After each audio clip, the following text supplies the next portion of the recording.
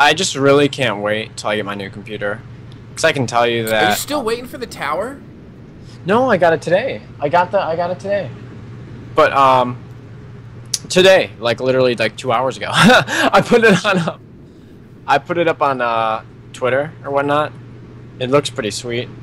But in the sense that, like, I'm going to send it over to... I called Best Buy, they won't do it. I called Micro Center, and they will do it. So I'm going to take it over to Micro Center, like, Thursday. And have it probably ready sometime in the middle of next week with Windows. Shit. The one question I actually had for you was I still need to buy one of those disk slot thingies. What are they called?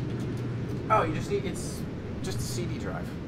A CD drive? I can probably buy one there, can't I? Just ask him, like... It's gonna cost you like $20. I would be amazed if it's anything more than that. Yeah, I'll just ask him to put in a CD drive with everything, if that would be. But yeah, everything's there. So, but the point of the matter is I'm excited because it'll give me more things to do during the day. Which I've been,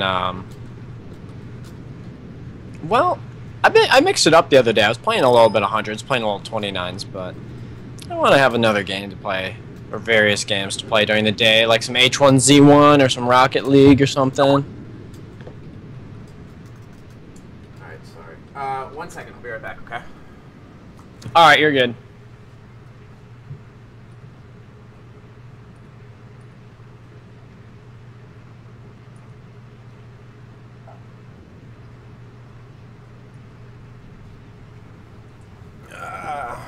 What up, Rapido?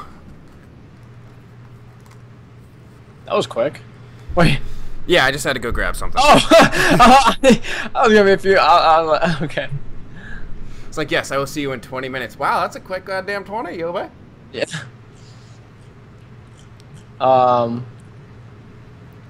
Yeah, so I don't know. The weird, like... Usually... This past weekend was a little bit slow on people, and I think it was just because of regionals was going on this weekend. The Warcraft already? Yeah. Because it was a little bit slow this weekend, but, I mean, it picked up. Last night, we had a really good crowd doing a war song. It's just converting people over... I mean, I've been doing it for maybe 2 or 3 weeks now, but I mean, my normal start time's like 1 to 2 Eastern now. Mm-hmm. And I go for 5 or 6 hours, so it doesn't go late into the night. I can't really go late into the night anymore. So it's just getting everyone over to that. But, I don't know, it's going pretty well. I can't really complain too much. I stop in every now and then just to see how things are going, and it seems things are going. Yeah, well, you know, earlier on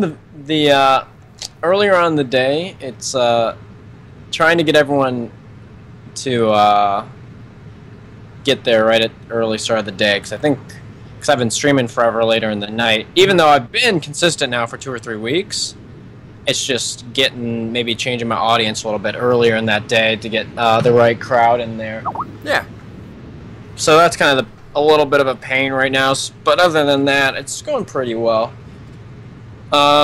Marb sent me some dum-dums. Yeah, that's... I just had one earlier, and I was laughing about that. I went through a period where I was going to try and quit smoking cigarettes, so I bought myself this big-ass bag of dum-dums. Yeah. Because I had a friend who said, oh, I just quit by having a lollipop or having gum or something like that. So I had this hoodie that had a zipper pocket, I guess like at the lower chest. And so I'm walking around at parties. I have a beer in a hand and this huge bag of dum-dums just poking out, making me look like I'm pregnant and shit. And I just be reaching in and pulling out candy. People like, Phil, what the hell are you doing? Like, hey, I'm going to try and not smoke cigarettes tonight. Probably had 20 dum-dums in an hour and grabbed a smoke. Oh, my God. Oh, man. I love them, man. They're great. I like the butterscotch one. It's the best. Oh, God, yes. Specifically, like, that one's the best. Well, butterscotch candies, period, are absolutely delicious. Yeah.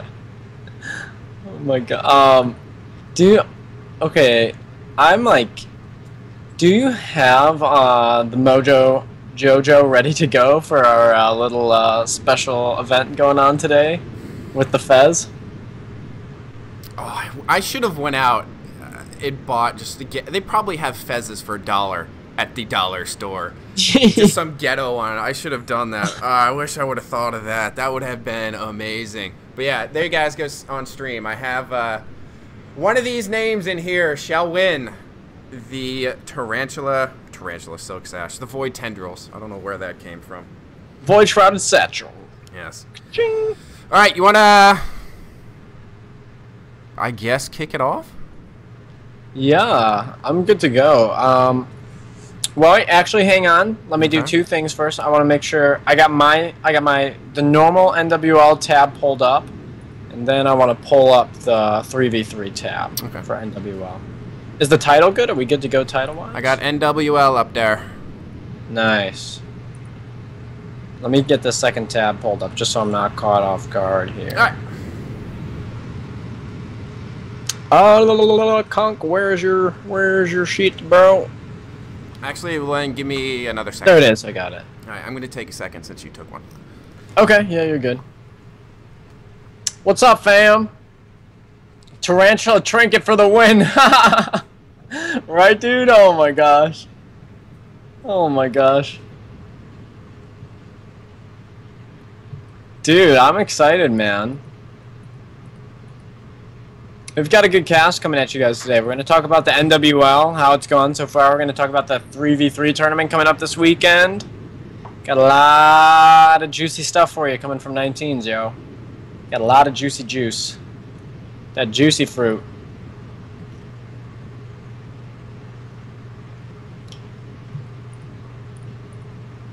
Let me close that out. Actually, fuck it. I'll keep it open. YOLO. Juicy, right? No, you're not. You're not. You're not, Marb. You're eligible. I'm pretty sure you're eligible. I'm pretty sure you're eligible.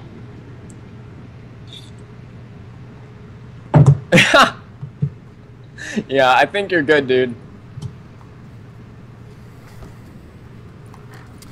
All right, I'm back. And Marb's yes, eligible, right? We decided you're eligible because fair is fair. Even though I don't agree with how you chose to use what you won, you won it, and it was at your discretion on how you chose to use it. And I have decided to remove the salt from my shoulder and continue on. So yes, Marb, your name is in the goddamn hat. Oh my god. Alright, let's start Season 3, Episode 6. What's your thoughts? Season 3, Episode 6? Yeah. We're starting right now? I mean, unless you have some other things you want to get off your mind. Wait, no way! It can't be Season 3, Episode 6. Or Season 2, Episode 6. No, it can't be Episode 6, really? 3. Yeah, it's Episode 6. We just had 109. That was Episode 5. Oh, shit. Oh, shit, you're right. Yep. Okay, it's Episode 6. Jaraxxus does Wait, do math. I need to be quiet? Do I need to be quiet, or... I'm going to put the intro on real quick. Okay, I'll be quiet then. You are listening to 15 Minutes with HB, a podcast produced by bisnation.net members. Alright, y'all, what's up? This is UB, here with... The Bonds, coming at you live. Season 2. Episode 6. Season 3. Episode 6. I'm holding the hat of destiny for those that entered in the Winter Tarantula. I said it again. What is this? Guapo, you got it. Rise, you got it in my head. The Tarantula Silk Trinket. Yes, what you just said. Okay, so I say we just kick off the bat and get that winner identified. What do you say? Yeah, so guys, this past week we held a contest on stream via Twitter at a post at Feel the Buns that if you retweet, you are eligible to win the Void Shrouded Satchel giveaway that we're doing right now on stream. So we've got our lucky contestants here going head-to-head. UB, with his beautiful hat and beautiful hand modeling, will choose the lucky winner from the hat. The winner is at Chaos Runner. Nice, dude. That's awesome, man. Congratulations at Chaos Runner. You are our winner of our Void Shrouded Satchel giveaway, get in contact with either myself or Yubi via Twitter or at Twitch, and we can get that sorted for you, man. Congratulations, dude. And everyone else, I'm sorry, but your names are getting rolled into a little ball and tossed in the trash. But thank you for entering. We still have another Void Shroud Satchel. I said it right. To give away, but I'm thinking I'm going to do that on a Dirty Nines cast, which should resume streaming in the near future. I know we didn't do it the past couple weeks, but that should be coming back on Saturdays around 4 p.m. Eastern. Buns, shall I play the shout-out intro and we get into that?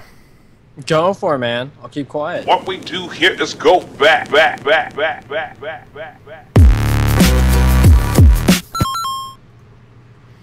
All right, so now it's time for some shout-outs. Buns, do you want to kick this off, or shall I? You can kick it off. All right, I have a few. I'm going to start with Camo. For those of you that don't know, there are some of us that play XB off in 39s that have been doing a fantasy football league, God, for 5 or so years now. It was originally started by Dayman. And then I took over reins of the league when he stopped really playing or having time for anything outside of school. And Camo decided to join that league. And then in turn, I decided to join his 19 league. So because we both love football and we both love fantasy, we decided we're going to do a fantasy football podcast. Oh my, that's going to be fresh. Yeah. Holy cow. Bisnation new podcast coming at you live, dude. So with Camo we and recorded the test episode for that actually prior to the cast HB and I are doing now. That'll be out at some point. I don't know what day yet. I'm still trying to figure out. We have all these new podcasts coming out, and I have not locked down days to release all of them. All I know is 15 with HB comes out on Thursday. The other ones are still up in the air for definitive release dates. Bisnation hype train, though, getting those extra podcasts cranked out. Run Bis team coming at you, dude. Hell yeah. And shout out. My other shout out is going to go to the EU 39s. For those of you that have been checking out one of our other new podcasts, the Dirty Nines cast, which focuses on 39s, we had Vibecca and Nkosi join Moran and I think it was 2 weeks ago, to talk about EU and their attempts on getting the 39 bracket up and running. Well, it's up and running, and it's going pretty strong. So I want to say shout-outs to EU, shout-out to Vibecca, Blackout, Schematics, everyone else who's worked towards getting it going. There's a sticky thread on TI under the 39 section if you are EU and looking for funding. Schematics is offering that. So get on the train. 39s are amazing. And now you can play them EU and you don't have to come over and make US. Although if you want to do both, I highly encourage it. And I feel like there was another freaking shout out. And I'm going to remember it in about 20 minutes and be angry.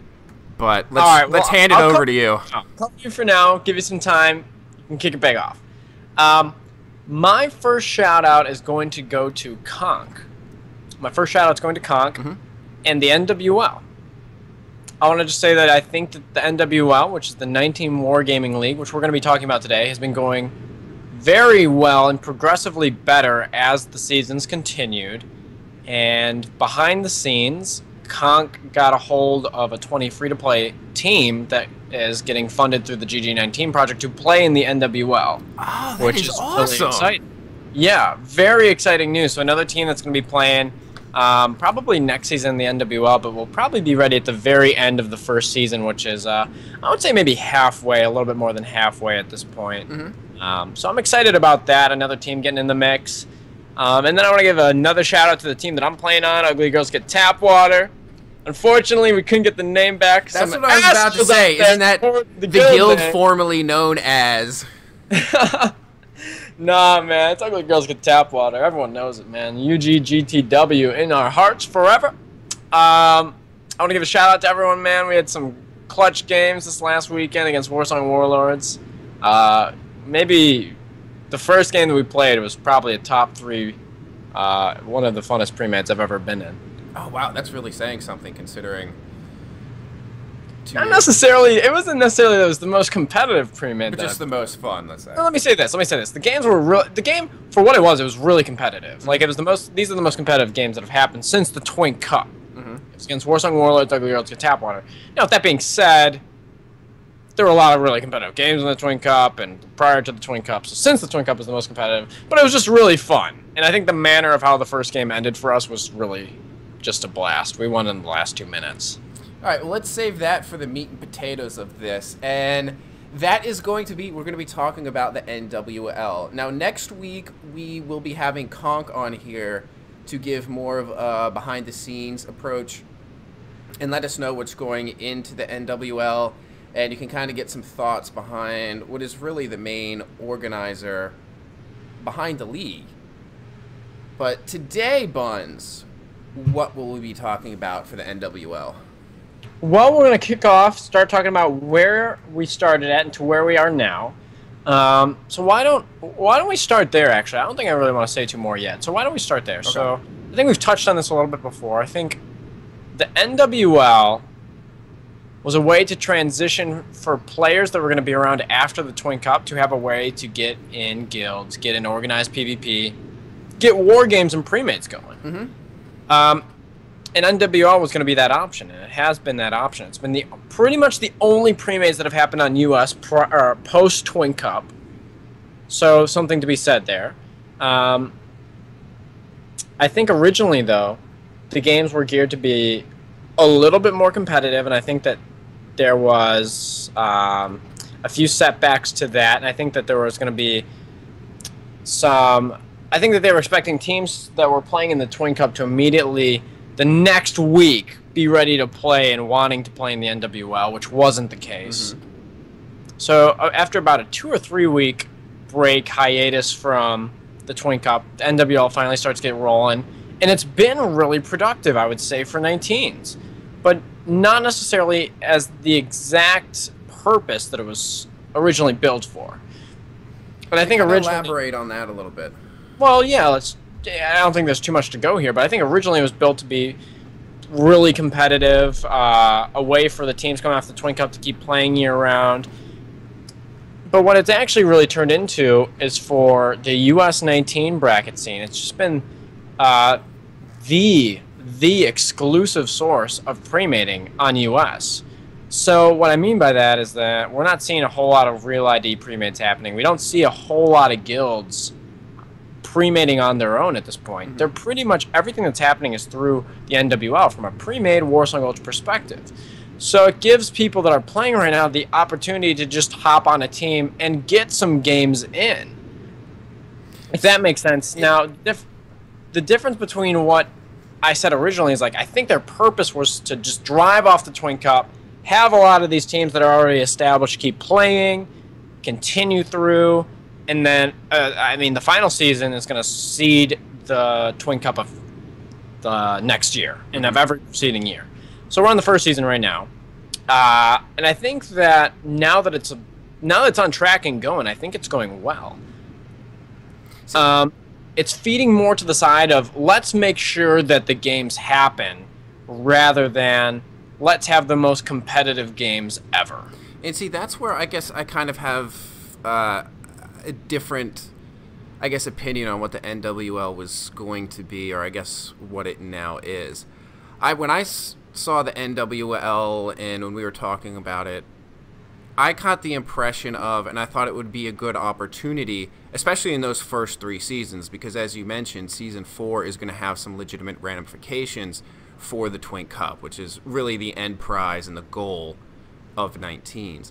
But for those other 3 seasons, I kind of saw it as an opportunity for new players to get some pre-made experience. For people that maybe have a long-term goal of being on a Twin Cup team, this was their opportunity to get in, get some pre-made experience, find people that they enjoy pre-mating with, and then sort of build some synergy and some cohesion and get their feet under the ground, so when it does come around to, say, Season 4 and then eventually the Twin Cup, you'll have people that maybe were making threads on TL like, man, I would really love to have a team, and just kind of get ignored because no one knows who they are, or maybe they have a team set. they can go in there and they can meet people, they can get their practice, they can show people what they're able to do, and then they can actually have a team, or I think ideally put themselves in a position to create their own team. Yeah, absolutely. And I think that, I guess I had that perspective. It seemed to me with how their original post came out versus initially, it just seemed like it was geared to be more competitive, and especially coming from someone who led a team in the Twin Cup, it seemed like it was more geared to that. But I think the way that's shifted now is just giving an opportunity for people to play games, form new teams, get a chance to play in different classes, different environment. I think that's what it's really evolved to, I think is the right word. Okay. That's what it's evolved to at this point, which is a good thing. I think that is a good thing for where we are at the state of the bracket right now. I think that's a really good thing because, I mean, let's be honest here.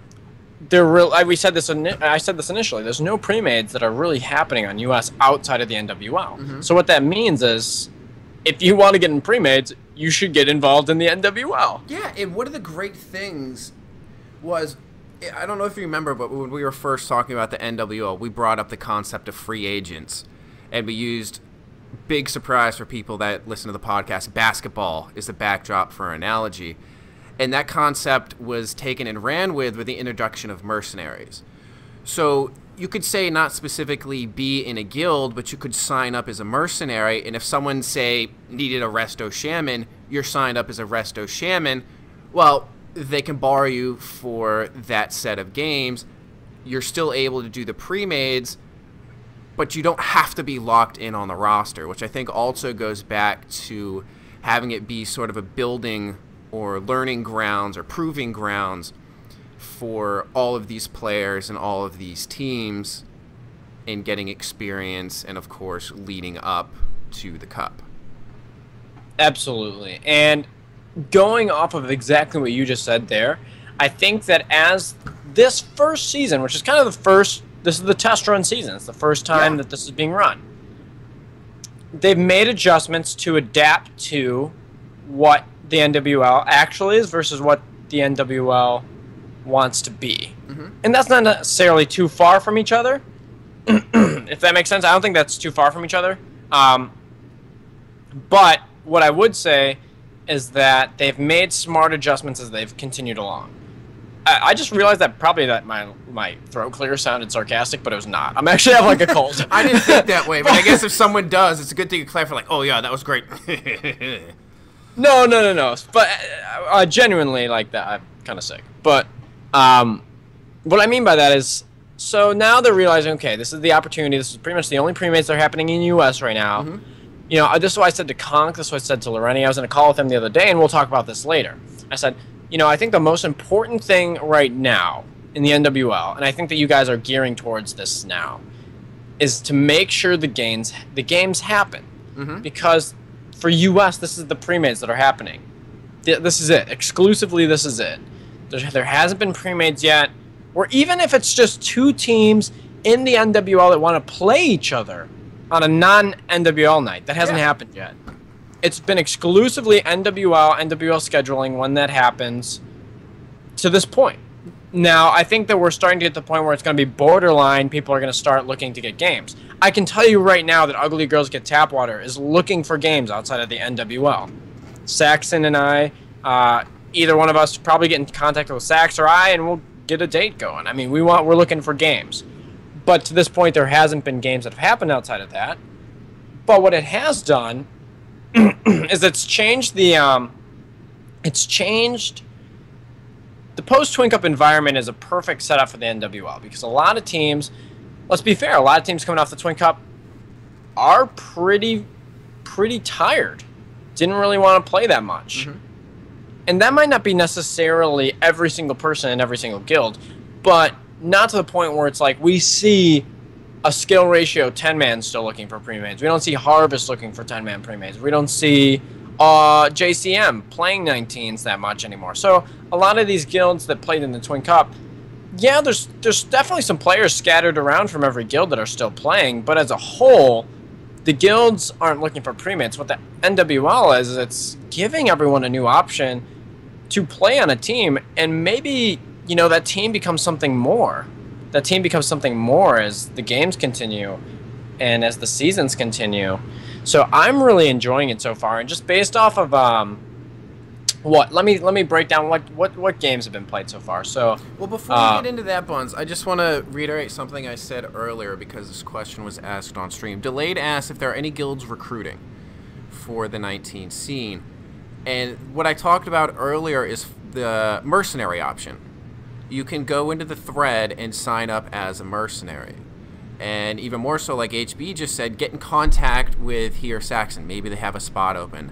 I would say definitely get a hold of Shades and give me your energy, because I'm sure they'd be welcome to have other people. And there's probably other guilds as well. But your best bet right now would be signing up as a mercenary and starting to ingratiate yourself in the community.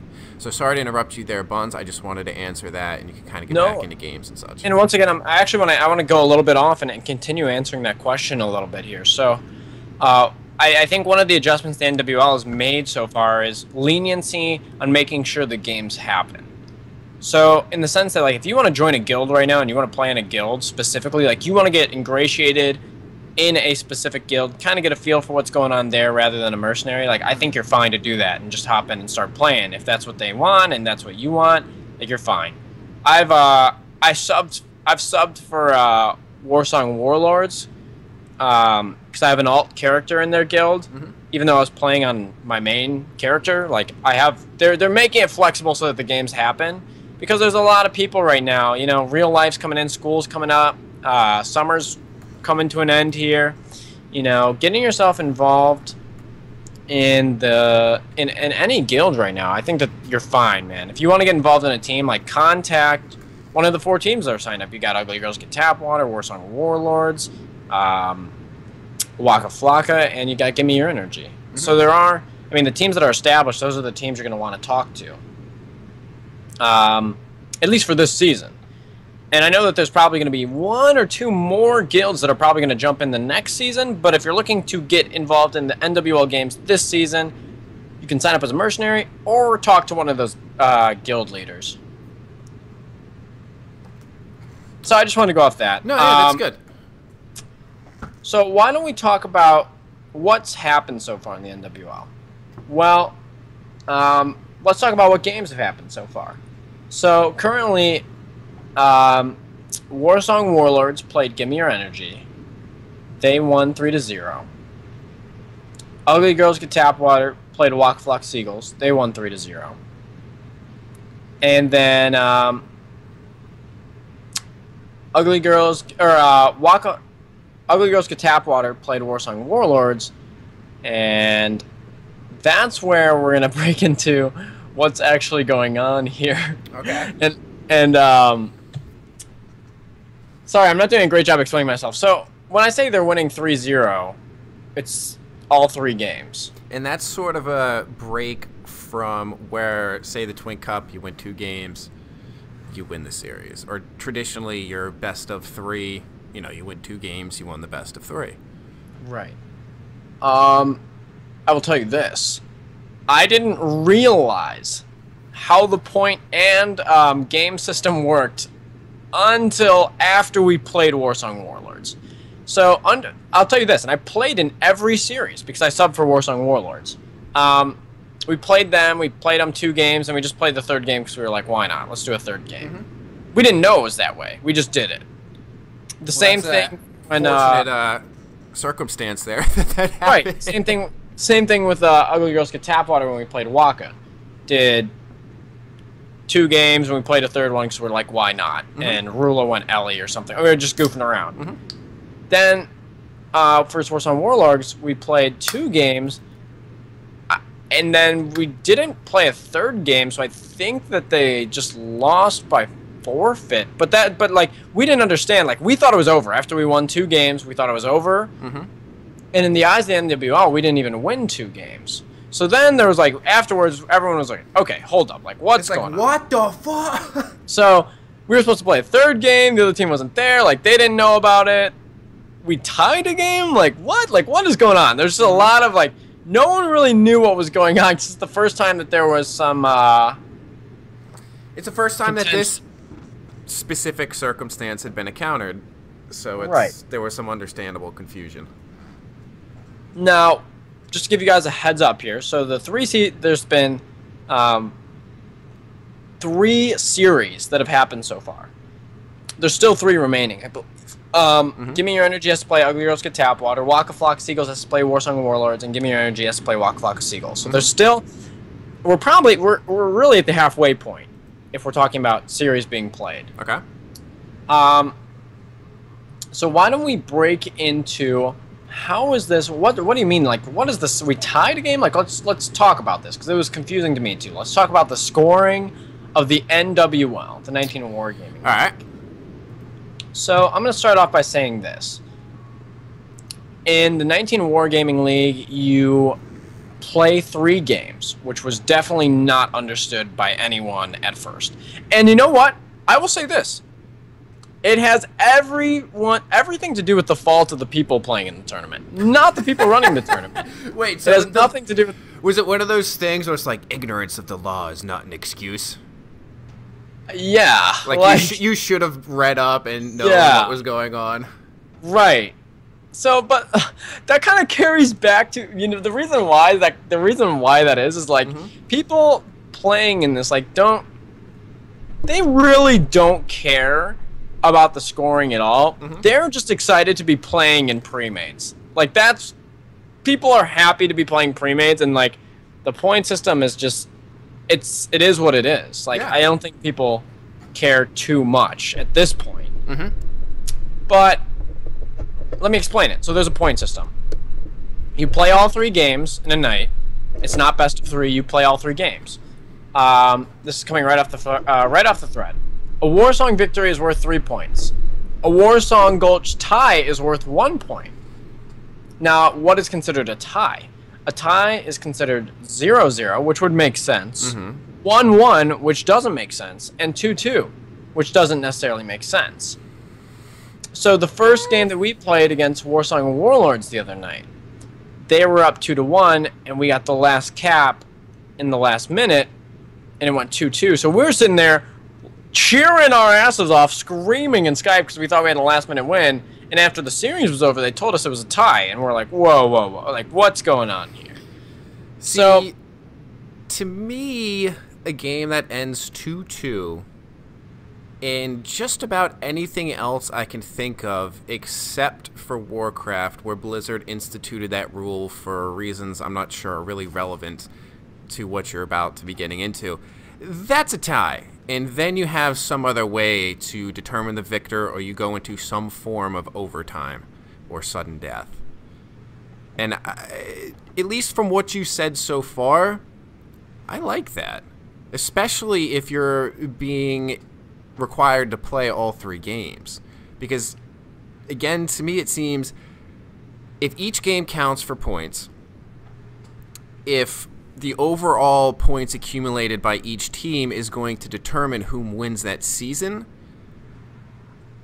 I don't know if just being the one to cap last should award you the victory. I think you should actually come out on top by having a flag cap differential to determine who wins. Well, hold that thought for like a second. That was pretty juicy, but I want to finish this. We got 3 points for a win. We get 1 point each for a tie. Each team will play a total of 9 games in the season, which makes sense because there's 4 teams, so you play the other 3 teams 3 games. You can accumulate all the points. The possible points, I think, is 27. 28. Yeah, but that doesn't make sense. I'm just reading off what it said. Yeah, I think it's 27. Actually, yeah, if you get 3, I'm pretty sure it's 27. 27 points. Conk, fix your math, my friend. And then if there's a tie in points at the end of the season, then it's going to go to cap difference, which let's hold on that also. So pause there. Let's bring it back. So let's talk about, okay, so 3 points for a win, simple. You don't gain any points if you lose. And then a 1-1 split for a tie. Now let's go back to your point. I have serious issues with the 1-1 tie. And I'll tell you why. It has nothing. So, coming from someone Which is totally our fault. It's totally everyone's fault. Like, no one had any idea what the scoring system was. We were just playing the games. So, to some degree, I just had no idea. And that's my own ignorance and not paying attention and not realizing the situation. So we had no idea that a 1-1, 2-2, 0-0, anything, you know, we didn't realize it was a tie and how that was dealt with. Mm-hmm.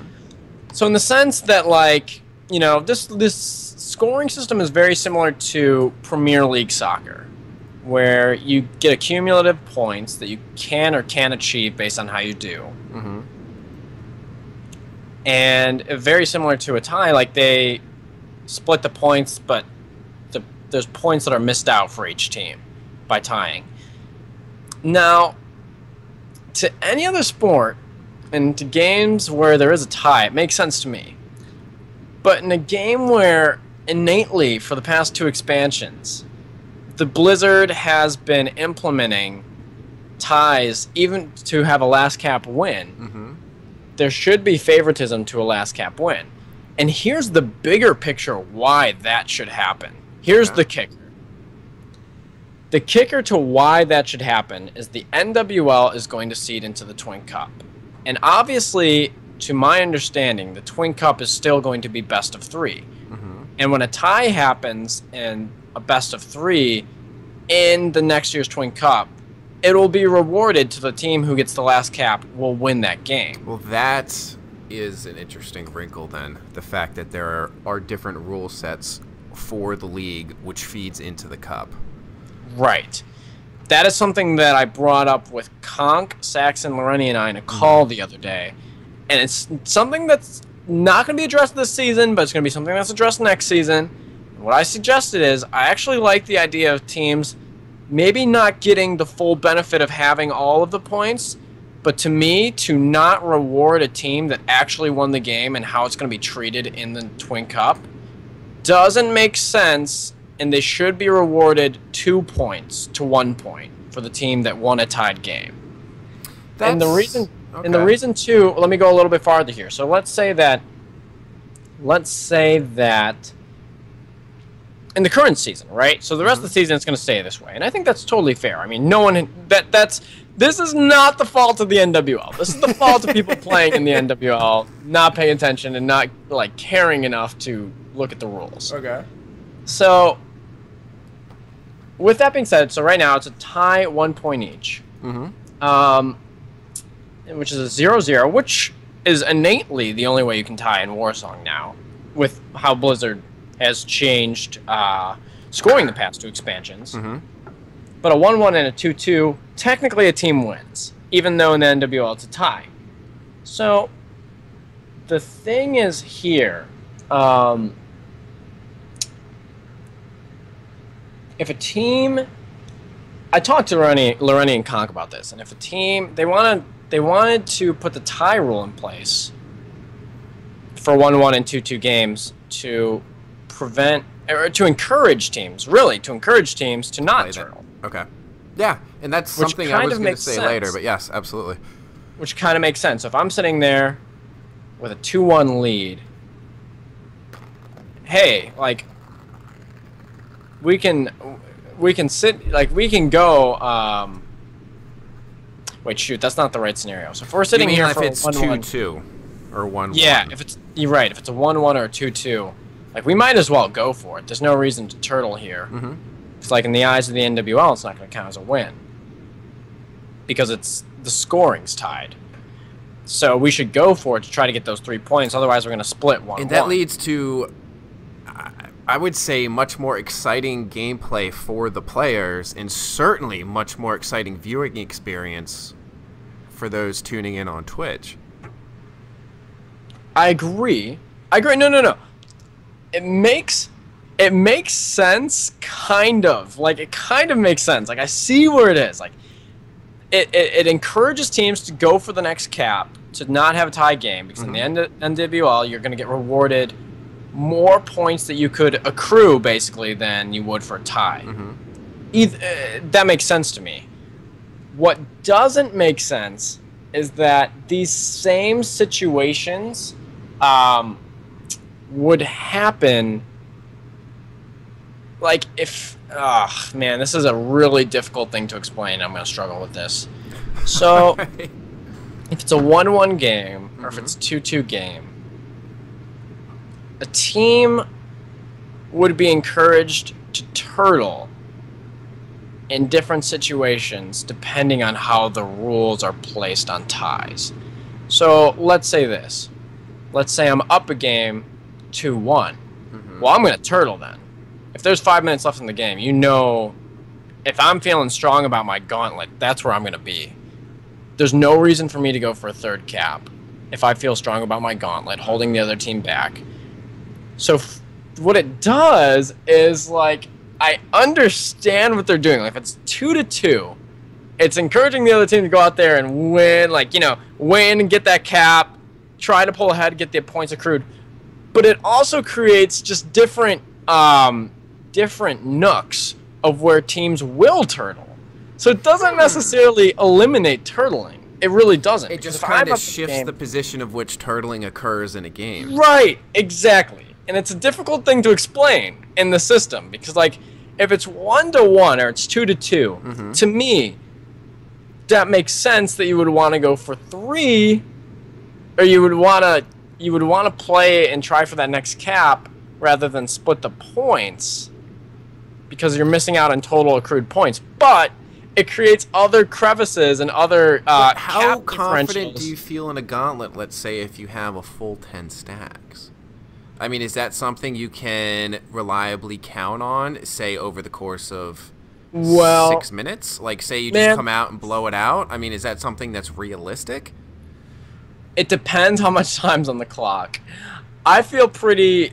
If I'm feeling good about our team and there's 3 minutes left, 3 to 4 minutes, anywhere in between that or less, like, usually I will go for the gauntlet if I'm in a situation where I can do so. How a gauntlet works, and for everyone that's listening to the cast might have no fucking idea what we're talking about right now. That actually is, yeah, you should probably explain. We're talking about the rules that are put in place at this point for tying is basically to encourage teams at a tied score, 1-1 or 2-2, to go for the third cap rather than turtling with the last cap. So let's say that, you know, it was a 2-1 game, I get the last cap, there's 3 minutes left in the game, it's 2-2, we scored last, we're going to win the game, we should play on defense. Well, no, in the eyes of the NWL, a tie is 1-1, and there's a point missed out by both teams, basically, of the total 3 points.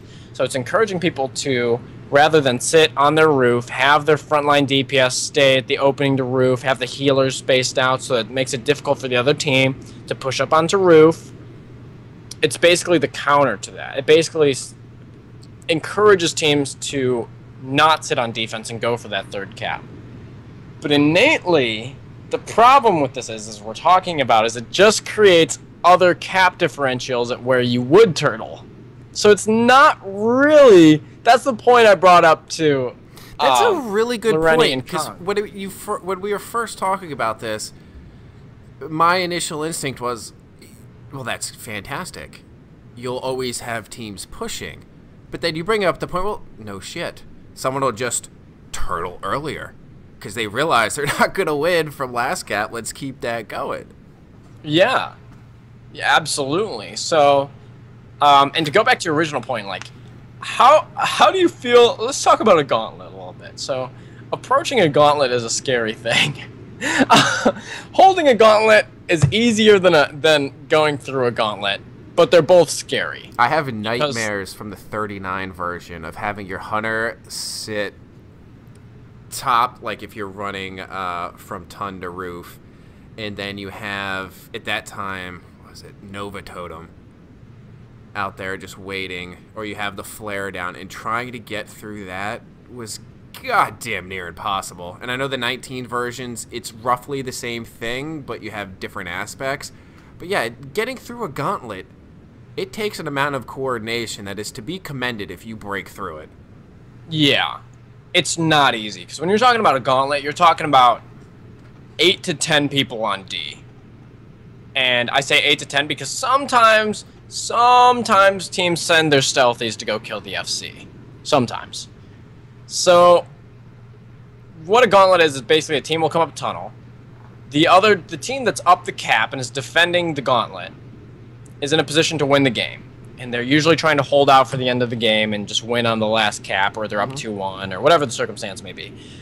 So a gauntlet team is on roof with the flag. Healers are positioned to heal the FC. Healers are also positioned to heal the DPS down below, blocking the entrance to roof. Here's the thing that's different about 19 and how the 19 meta's progressed these past few expansions is not only do you have to block the people coming up from roof, you have to block the stealthies from being on roof. So that's why you'll usually have your BM, your warrior, and at least 1 to 2 of your hunters right down in the front so that the stealthies can't get by. Because basically your pressure, the killing point of a gauntlet, like if you find any way to get on the FC for more than like just a few seconds it stacks, like that gauntlet will crumble. Like that is it. It doesn't really matter how you do it. If you can have sustained pressure on the FC for about 3 seconds, you're going to win. You're going to beat the gauntlet. So from a team that's gauntleting, it's not fun for viewers, but it's really stressful for people on both sides playing. Oh, yeah. It's extremely stressful because you're talking about going through tight corridors where there's a lot of AoE damage coming in from an arms warrior, a BM monk, and you have to break through that. So how do you break through a gauntlet? It's one of the most difficult things in WoW. At 19s, I would say. Yeah, it's... I'm assuming you're about to go through some strategies to do so. Yeah. So, is that okay? I mean, I think that's... that's... I think where it should go. Yeah, so, there's a few ways you can do it. One... Actually, there's like 4. There's 4 ways you can do it. And they will each have varying success. So brute force is definitely at top of that list, right? No. It's different than that. So, actually, there's the first thing before anything else, you need to realize what the situation is when you are approaching a gauntlet.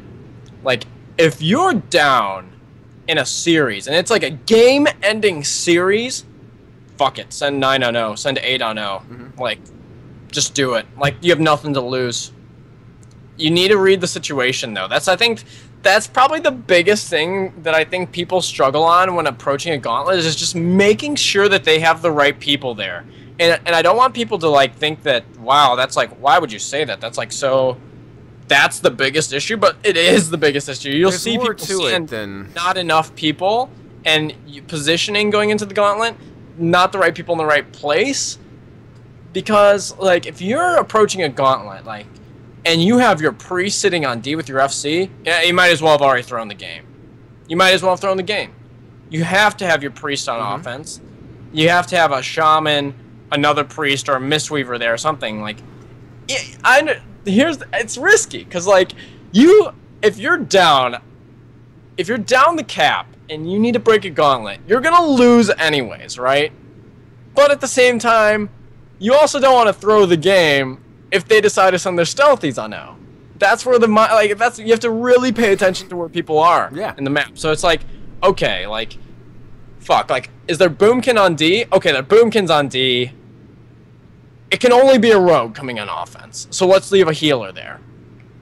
Or it's like, oh my gosh, we haven't seen the boomkin. Our healer and FC on D, there's a boomkin rogue coming at you, but that also has a turnaround effect and be like, okay, they don't have a boomkin in this gauntlet, like, let's push. Like, we need to... It's recognizing situations, recognizing where you can take advantage of. And I still would probably send 8 on 0, even if the boomkin was going after FC. So breaking a gauntlet, there's a few things that you can do, and I'm going to list them and what I think would probably be the most beneficial. So 1, kill the hunter that's blocking the door.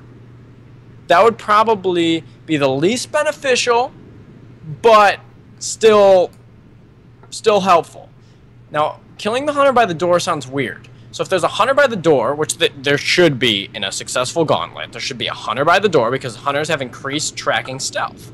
If you kill the hunter by the door, that might give your stealthies an opportunity to get by and get in position to get on FC. Now, before even that happens, one thing that you can do to break a gauntlet, which happened in our game versus Warsong Warlords this past NWL season, is have people in position to counter a gauntlet before they're in position with the gauntlet. And what I mean by that is I said in the game that we were playing, I was like, okay, we were playing midfield. Let me give you a full synopsis of what happened, because it's a great, this is just the perfect synopsis. Okay. We were in midfield, we were down a cap. By the way, news update. Wargame Warsong Gulch is now 20 minutes instead of 15, just like RBG's. Really? It seems like there's been some stealth changes thrown in from Blizzard this patch over the past week or so.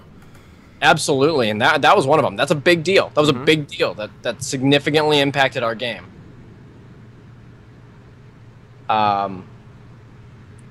So we come into the game. It's 5 minutes left.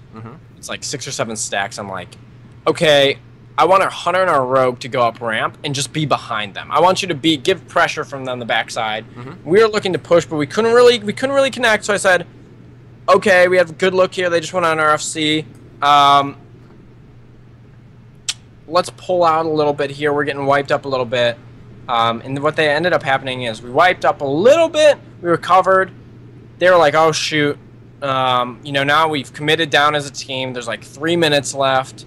Our FC's down below tunnel. Let's go up to roof. And I said, okay, Hunter, Rogue, can you guys like get behind them on roof before they were on roof? And our Rogue got behind them on roof before they were up on roof, which is a big deal. Hell yeah. So our Rogue's sitting up on roof in stealth the entire time. So we start the gauntlet. Now, the reason I brought that up is because sometimes you need to kill the hunter so your stealthies can get by. It's a viable option. I would say it's the least viable of everything, though. And the reason why I say that is because hunters aren't really, minus getting the stealthies by, it's not a big part of the puzzle to actually breaking the gauntlet. The warrior, the BM, the healers, like that's the meat of the gauntlet. Correct me if I'm wrong, but as far as sustaining the gauntlet, I feel like hunter is integral. But when breaking the gauntlet, it's replaced by more of the melee heavy classes. Absolutely. Right. Your melee heavy classes and your boomkin, basically. So if you're sitting, I'm sitting there. So hunter is a viable thing. You can kill them and sometimes get your stealthies by. It's viable because if they open on the FC, I guarantee you people are going to start freaking out up top on the top of their gauntlet. Well, then let me ask you this real quick. Is there a strategy for Gauntlet that involves sending someone cut on mid?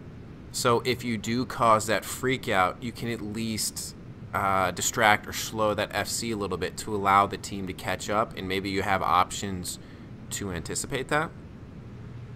So if stealthies open on your FC on roof, having someone to kill those people, basically? Well, no, like, I use the term cut, so like you have someone sitting second floor. So when the FC drops, you have a CC class there. That's one of the biggest mistakes I would say. Really? That people make is sometimes people will sit someone down below, and I'm glad you brought that up. I think that's a huge mistake. But read the situation. If a team's at full strength and they're gauntleting, don't cut, because that means it's at stacks.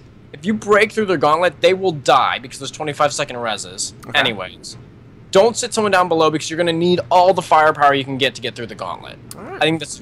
I think that's a great thing to bring up then, yeah, because that used to be something effective, and I guess I'm trying to equate 39s to 19s, but that's always been or I should say in the past, a very effective strategy to have that cut dude there for that drop. So you need all your firepower. 1, kill the hunter, least successful, but it can get your stealthies up if they're not already there. 2, oh god, this is a slow process, but it actually is worth talking about. The caveat there too is you might not want to send your boomkin in stealth, because you might need, there's a really good chance that you're going to need your boomkin to help push the gauntlet. Sometimes teams will try to stealth their boomkin up, probably need him to break through the gauntlet. You can, it's not saying that's not a possibility, but... Does that go back to sort of reading the situation? Right. I would say most cases more than not don't. But it is available. Okay, so the next viable thing to do to break a gauntlet is kill one of the frontline DPS. Kill the warrior, kill the BM monk. That's what happened for us. That's how we broke the gauntlet last time. We had consistent pressure switching off between the hunter, the BM, and the warrior. Our shaman, we were running 4 healers that game, which was actually a huge reason why we were able to break the gauntlet. We ran 4 healers. So did they. They ran 4 healers as well, too. But it was a huge reason because we had 3 healers on offense. Yeah, we had 3 healers on offense against their 4. So it was, rather than the 3 versus 2, it gave us a little bit of versatility for them, rather than they can dive our healers and we're in trouble. But it was helpful. So what happened was, after our sustained pressure for about 30 seconds on their front line, our shaman was able to get a shear on their priest, and immediately after we killed the warrior, like instantaneously, killed the warrior, they panic, because that's one of their front line down. Yeah. So that's a viable thing to do. Kill one of the frontline DPS. Because they have 2 of them, a BM and a warrior. They do a lot of AoE damage, a lot of crowd control. One of them going down is a huge deal. And a lot of times they're going to panic. And rightfully so. The next thing that you can do that's even more viable than killing a frontline DPS is if you can somehow, as you're working the DPS swaps, if you can somehow catch a healer out of position, dive the healer. If you have an opportunity to kill a healer, kill the healer. Because the healer kill, then the DPS on their team have to pile up on the DPS that are on top of their healer. That healer's going to be just spamming himself. That's all they're going to be doing. And your pressure and movement's going to be getting up the roof, and you'll probably land that kill as well. So are there, like, say, CC-related classes that you suggest? Like, would this be an opportunity for, say, a mage to shine? Nope. Absolutely. Nope. Okay. I would just use standard comp. All right. The only thing I think is interesting talking about is the fact that we ran 4 healers, which normally teams run 3. Well, that's why I said that was interesting, because the Twink Cup outside of Vanilla Milk's team, I think everyone ran 3 healers, and he ran that 4th as primarily DPS. The mistake that they made in the Gauntlet, though, I mean, I will always remember that game, unfortunately, but it was such a nail-biter game. And the overtime game, the mistake that they made, and I don't necessarily blame them because of the circumstances of the overtime scenario in the Twin Cup, they brought their FC to attack the Gauntlet, and their FC got dived on. And that's how skill ratio won the Twin Cup. Or won that going into the finals. Yes. So, don't do that. Don't bring your FC into a Gauntlet. And, the reason why I brought that up is they ran 4 healers into a Gauntlet, but that's why they didn't. It was a little different scenario because first cap wins, but I wouldn't bring your FC into a Gauntlet ever. Like, that's just too risky. You're in their base, they have their flag, feet from the cap, they can dive your FC. That's a no-no. The final thing that you can do, the most detrimental thing to breaking a Gauntlet is getting pressure on the FC. I mean, he's got stacks. He's going to be taking anywhere from 60 to 150% more damage. So if you're able to get that pressure on the FC,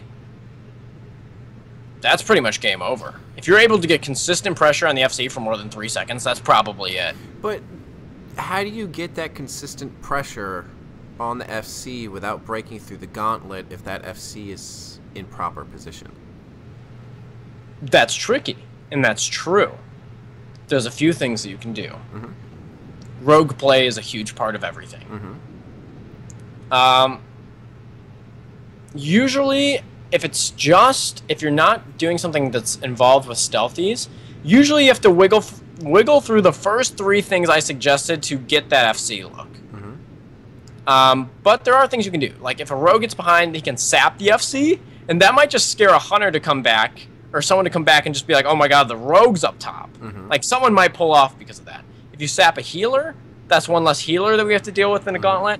Or if the rogue just straight opens, he just realizes, okay, we need pressure, and he just straight opens on the FC with, high stacks, that actually might be enough. If he can live for, 10 seconds, that actually might be enough.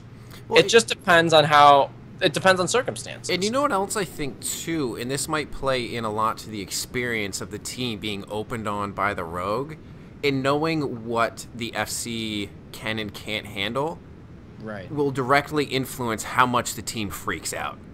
Because I'll tell you what, if a rogue opens on an FC and the FC displacers away from the rogue, but that displacer ends up taking him off the roof, and I don't mean jumping down to flag room. Well, I mean possibility. It depends how much you freak out. But I mean like taking yourself, you displacer into the ramp to roof.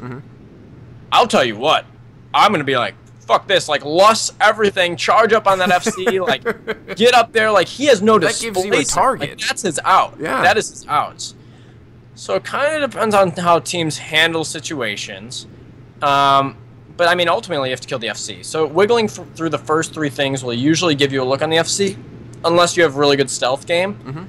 That's kind of what I would suggest to breaking a gauntlet, and then countering a gauntlet, just wear the other, or, you know, holding a gauntlet, wear the other team down. As soon as a healer's in position to be killed, kill the healer, and their attack will pretty much. And you know what? I think this kind of wraps back around to what we started with and what the NWL is for. And it's kind of learning how to handle these situations and getting yourself prepared for that next level of competition. Are you new FC that either for a good reason, or maybe you could survive it and your healers can keep you up, or maybe someone can see the rogue? Are you going to save that displacer and just maybe position yourself a little bit over? Or are you going to freak out and put yourself in the worst possible position? Because, I mean, you're just like, oh shit, immediate reaction is get the hell out of Dodge, but you come out of Dodge and you're in the middle of run down Detroit, like, shit. Yeah, it's all about how teams handle situations, and the more practice, the better it is. So it is an opportunity to, one of those things in the NWL and just in 19 meta that's really difficult to deal with, and takes some practice getting used to get the repetitions in. So absolutely, the NWL is a great example of where you can shine and have moments like that, for good or for bad. Now, we got a little bit carried down the gauntlet, but I think it was healthy discussion, actually. I wanted to touch on, well, let's cap differential. Basically for ties, the teams that, let's go here, easy. So let's go talk about, let's just talk about any series. I'll talk about the Warsong Warlords versus Give Me Your Energy. 3-0. And the games were 3-0, 3-0, and then the last game, I don't remember if the last game was played. I don't think the last game was played in that series, actually.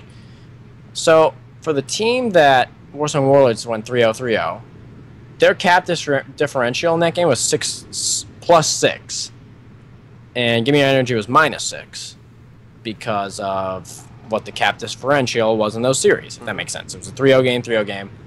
Now, if you look at the game that we played, like Ugly Ghost get Tapwater versus Warsong Warlords, in that first game where it goes 2-2, it's 0. Both teams split 0. The second game, I believe, was 2-1, so it's a +1 for Ugly Ghost get Tapwater and a -1 for Warsong Warlords. So in a situation where there's a tie, that's going to be the first thing that's looked at, is what's the cap differential of the teams overall in the series, which kind of goes back to that mindset of how we're going to handle ties and awarding teams for getting more caps, having that cap differential, which I like that too. It's just different. Yeah. You know what I mean? It's just a different scenario. So that's kind of the Warsong part of the NWL. And what I really wanted to talk about, we really got down that gauntlet thing. I feel a little bit weird that we went down there, but I think it was a really healthy discussion. It was a little bit of a side rant from HB, but when is that new? I will say we are over an hour now, so let's hit the arena part with a little bit more gusto than we originally would have. Well, basically what I want to talk about, expedience, I guess I should say. With there's this Saturday rather. I believe it's Saturday. I think it's the 19th. Let me see if I can get confirmation on that real quick. It's September 19th. It starts at 5 p.m. Eastern. Right. So September 19th, there's going to be a 3v3 tournament for the end of the NWL. And I'm going to link the rules here in chat, and I will also put those in the podcast write-up so people can be fully aware of what all of those are. And honestly, I think that what they're trying to do we don't really even have to get this deep into it, but I mean, if you guys are looking to play in the 19th tournament, in this NWL tournament, it's 112K gold on Bleeding Hollow and 3 Void Satchels for the winning team at this point. If you'd like to donate or contribute anything to the prize pool, you can do so on the thread on twinkinfo.com. If you want to get involved as well, too, they're signing up now. A lot of teams are signed up. I'm signing up a team with Saxon and Vangnaw. We don't really know what we're going to play yet. I don't really want to break into the rules too much here, but one thing that I think that they're doing well with this tournament, I don't even know if it's well or bad, but it's just an adjustment based off the prior 3v3 tournaments, is they're trying to adjust it to block melee stacking cleaves, like Arms Warrior, Brewmaster, Arms Warrior, Windwalker. I like a little less melee burst. Well, that'll add to some variety as well, right? So it's not like the Twin Cup where you basically saw the same team from everybody, or do you think there'll still be another comp that goes and just run shop? No, I think there'll be a little more variety. And I don't know what's going to come out yet. I don't even know what team comp we're playing. But I'm excited for it, man. It should be fun. I'm looking forward to getting involved in it. And I think that that's what we're going to talk about next week a little bit. Maybe we have another series happen, and we can talk about the arena tournament that happened this past weekend. Yeah. So if you guys are looking to get involved in that tournament, it's on twinkinfo.com, the 3v3 NWL end of summer tournament. Get involved there, sign up there, or contribute in any way that you feel could be beneficial to the tournament. And for someone like Delayed that was looking for, as far as like a battleground team, this is a great opportunity. If you have a couple buddies, you're interested in playing some 19s, and you got involved in the NWL, this is a great way to get in there, get some experience, maybe win a few games, and then be like, oh, I did pretty well in the 3v3 thing. Do you mind having me as a mercenary on your team this week? If you need, whatever that class is, this is what I play. Absolutely, and there's a lot of people looking for teams. I think it'll be competitive, but I think we'll see some different people, some newer people playing, and some different comps, mix up of things going on. So I'm looking forward to it. I mean, generically, I think they have the rules pretty well. I mean, I like that you can't stack those classes. One healer, Boomkin doesn't count as off healer. I like that as well too, because Rejuve heals for 80, which is, yeah, not an off heal really. Arms no Warriors ferals, obviously. Crusader.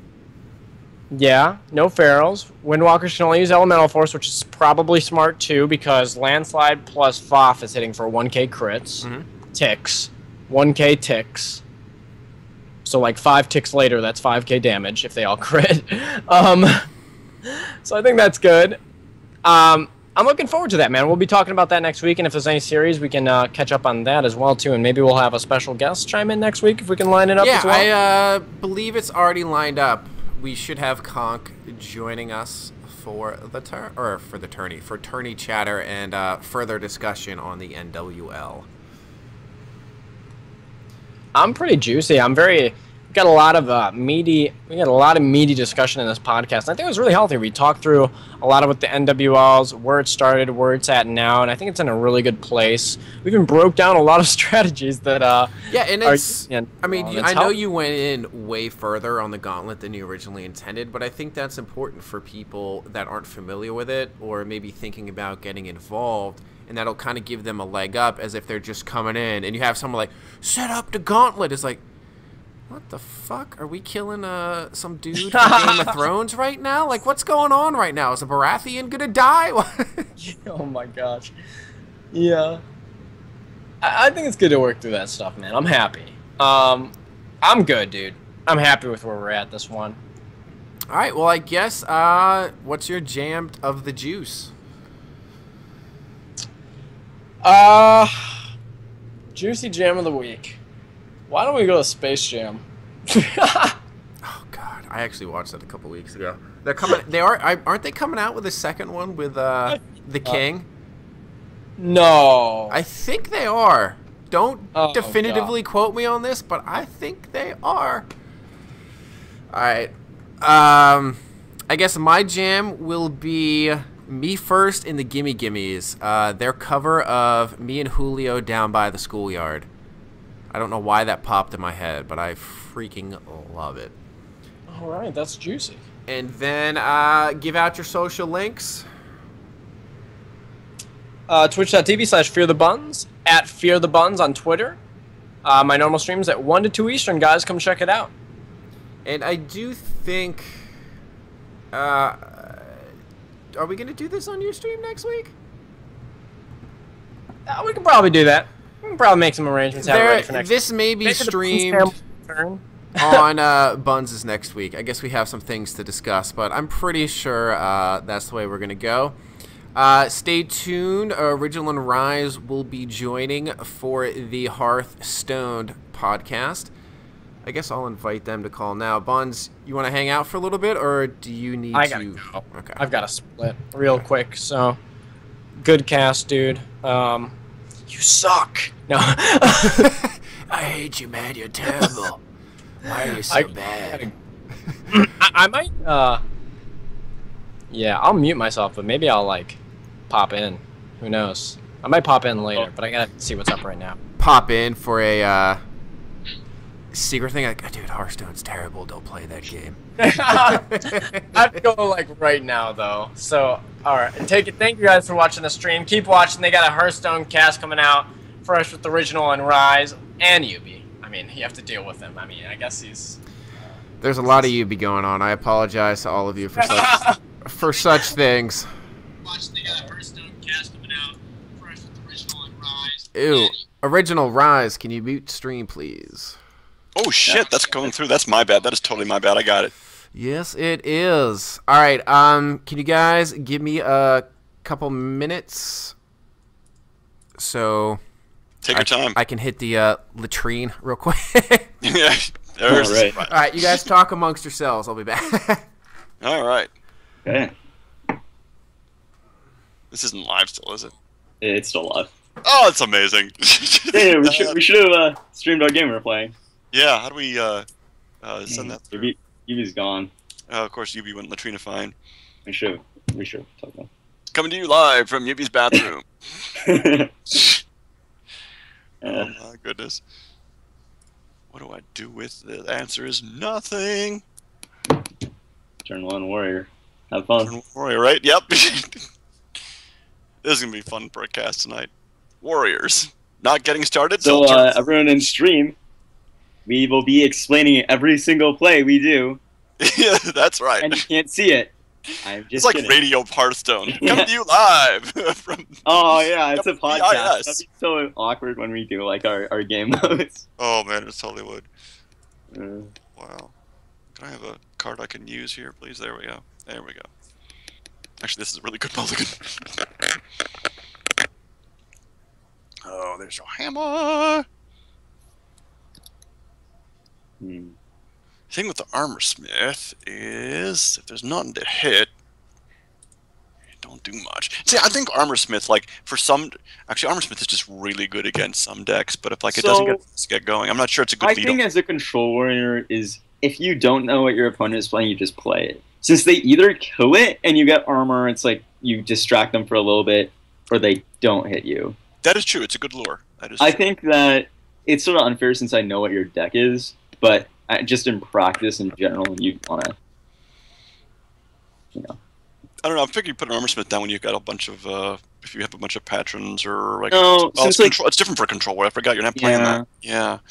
Control. I mean, obviously you want to do that. Like, have you gotten a lot of benefit out of having armor smith in a control deck?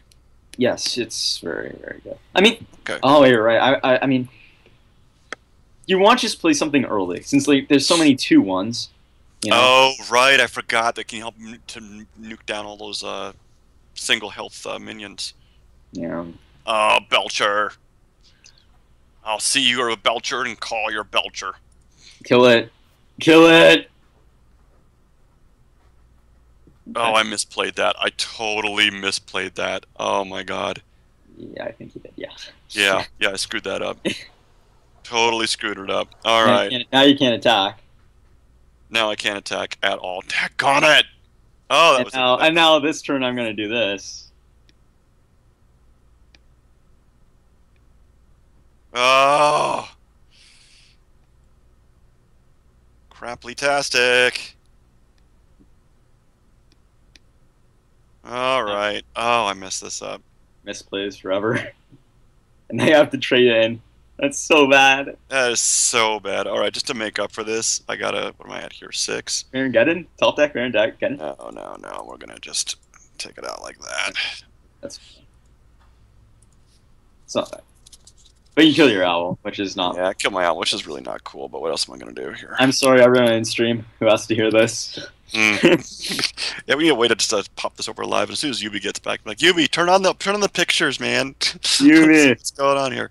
Yubi. Holy Toledo! I just realized like Yubi redid my picture for the Hearthstone thing on there, and it is like stretched out. I'm like Funhouse. Okay. You're really fat. Yeah, I am. Oh, hey, that's Mine looks pretty good, man. Mine looks pretty good. Yeah, it does. I gotta tell you.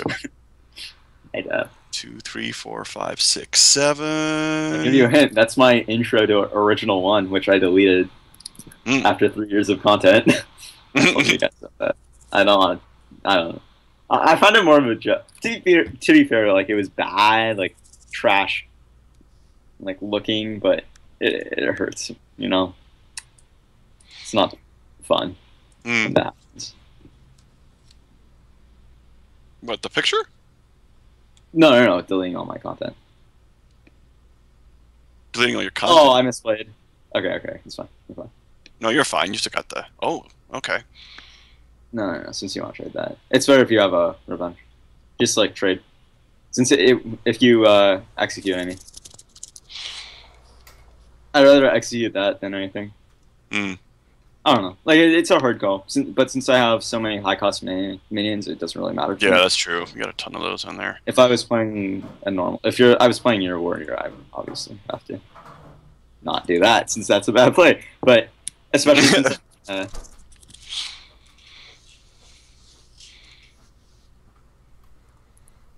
oh, that's a heck of a top deck. Oh, very nice. Not this one. You'll see. Oh, okay. Fun. Oh, I just have a green. Oh, look at that. Oh, we're playing a game.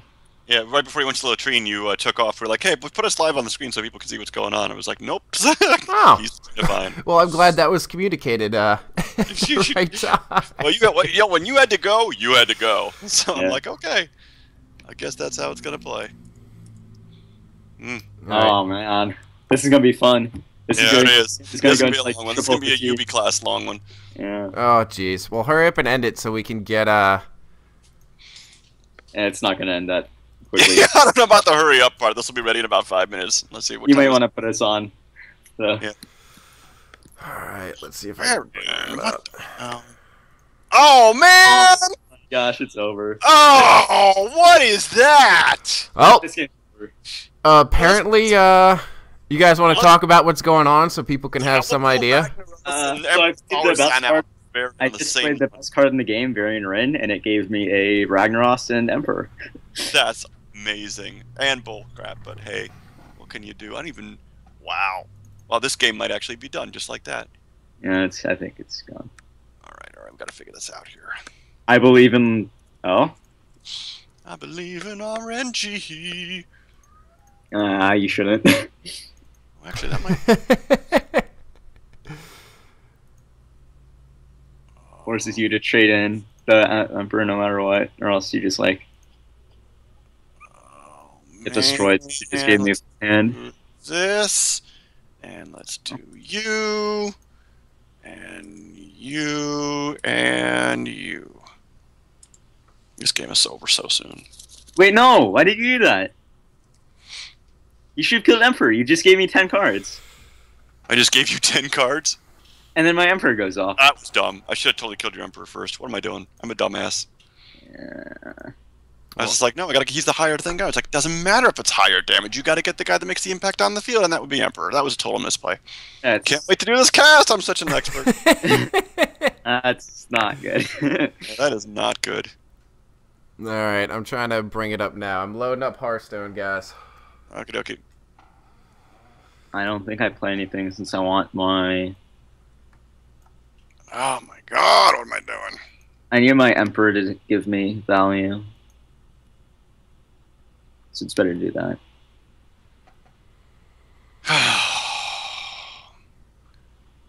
rough day at the office here. Here we go. Ragnaros RNG is not good for me though. Oh yeah. Well, you got that going for your eyes. Maybe a rag won't one-shot you. Maybe. That's a nice help. Out. All right. Actually, that's a bad idea too. This game isn't looking very good. I'm not gonna lie. All right, since Felfiend's winning, we'll put him up on the screen. You can spectate both of us. Oh yeah. That's you. That's right. It's a new day. Yeah. Thank you, Blizzard. Mm-hmm. Okay, let's see. All right, I'm finding a good set. I'm polishing the spectacles.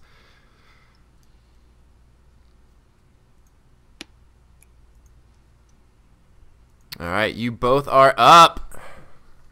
Oh, I misplayed. That was really bad. I mean, it doesn't matter. I win, but... Oh, and an armor smith, and everything's gonna get another acolyte. Sure, let's just go crazy here. Can I have a brawl here, Blizzard? Let me just top deck a brawl right here, which actually would not be that helpful because you've still got a ton of cards in there. Execute this. Which makes Ragnaros. Since I just want to win. Yeah. I mean, I could trade in, but I just want to do damage here. Like, if you brawl, I just want to get the most value. Yeah. I don't blame you at all. Especially since... 14, 15, 16 damage on the board. Oh, this is Warrior. Oh. Yeah, this is a mess right now. That's what this is. Probably not. I didn't do much. I swear. Actually, this is an assay break. You're going pretty quiet there, Original. Oh, what? You went your super quiet. I think my internet. Please, no. There we go. Oh, Rise, you got it! All right. That'll let me live another turn. For those of you that don't know, Rise has been working towards this card for a little bit. A little bit is a... Oh, yeah, that's right. Yeah. This card. I just got it last night. I probably should have traded in the acolytes to get a card draw. I'll help you with that here in a moment.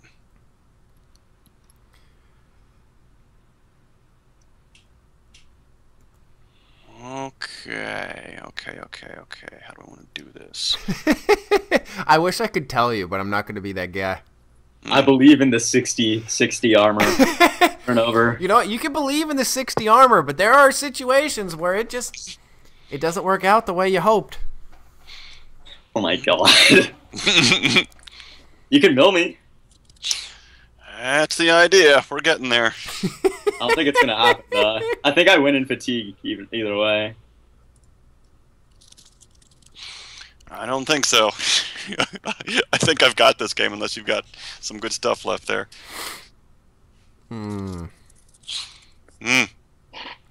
Rise, I'm just not seeing it for you. Maybe I'm silly, but... Let's see. Or maybe I have insider information. I'm not sure which. 2, 8. Delayed, I'm not sure what you're talking about as far as TeamSpeak. Are you talking about the 39s? Are those channels in it? Or...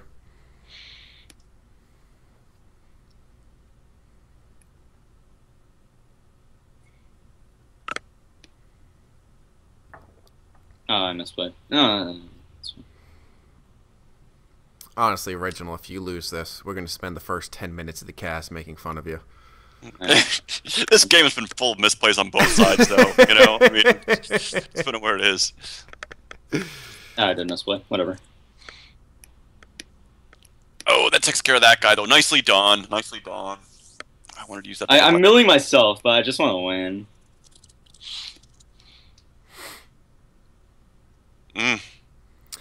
Delay, whenever I download TeamSpeak, I've really just downloaded it and then put in whatever the client addresses that I want, or server addresses I want to go to. I've never even noticed. Maybe you guys know 4net players or game died. Oh. put it that way. I just looked it up and downloaded it. Yeah, I've never experienced any remote issues with it. Yeah. Okay, well, the one thing you forgot is that I have... There should be an execute left, right? Oh, you have shield slime still. Okay. That works. Well, that was close. One less armor, and you might not have taken him out. Right? I think I played that. I just need to do damage here. Yeah, I just need to pull out a lot of damage. That's true. All right. You still have a brawl. Yep. I'll let you guys finish this out. I will be right back. Okay. Delayed, it depends. Do you have a 32 or 64-bit operating system? And then I really don't know what the 4-net players or the game died thing is. It's not something I'm familiar with. Watch me lose this game. You have 8 cards left. I might lose, actually. Could happen. It'll be close. It'll be real close. I'm just stacking my armor up here.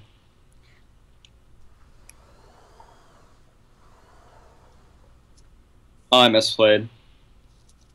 Dang. Maybe not, actually. I don't know. That's a ton of armor, you know? Oh, you have another weapon. Wow. Oh, that's trouble. That's a lot of trouble for me. You still have a BGH, right? There's no way you don't have... I mean, a brawl. You still have a brawl. Yeah, I still have a brawl. There's no way you don't. Oh, I should have brawled earlier. I didn't realize you had another weapon. That sucks. I'm not going to be able to keep up with that. Okay, and there's one brawl. But you're probably running double brawl too, aren't you? Absolutely. I'm sure of it. Yeah, you like that a lot, don't you? I really do. That was bad for me to win that. Yeah. I don't know. You can't really play any minions though. Not really. But I think I lose to fatigue. No. Wait, yeah, maybe I do. For both, yeah. Well, I mean, I have got to live like the next 7 turns, but yeah.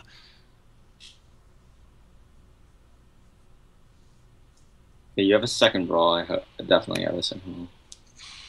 So.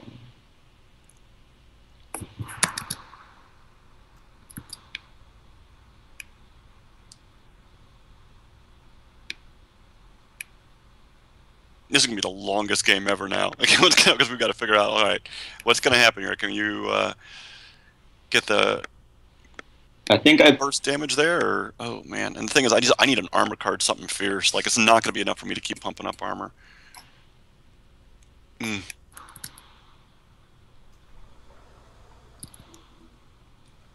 if the game starts going long, I mean, I'm down low here, but I might be able to pull this out. I think I play this. Oh, that's a good card. Since that forces brawl. Unless you have execute. I don't have the execute. Or if you have abusive sergeant. No, I don't.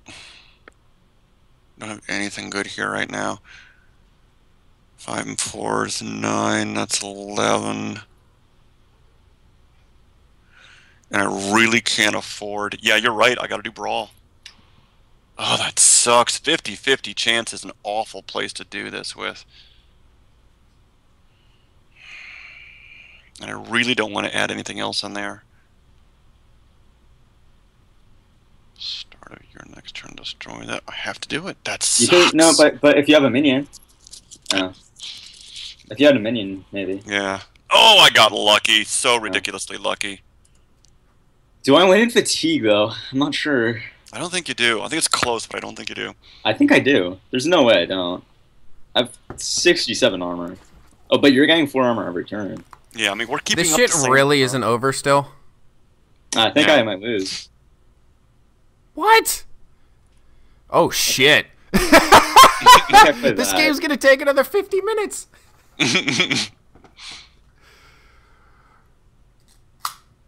Right, this next card, actually, I need a little... Oh, now I got a freaking choice here. No, actually, I have no choice. I have to do that. All right, here. No, but that forces... Okay.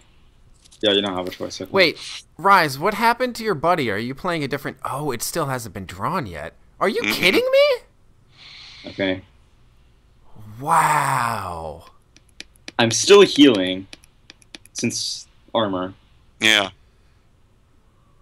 Rise, is this in a sense like your dream scenario if you pull this off? Yeah, this will be an amazingly scenario if I can make this happen. For you guys, Rise has been working on this deck for a while and been putting a lot of tweaks into it. Spent the past week or two talking about this deck, right, Rise? Like, not just on last week's cast, but just amongst ourselves when we're, off the air. And you've made a lot of tweaks to it, and this could be the culmination of everything.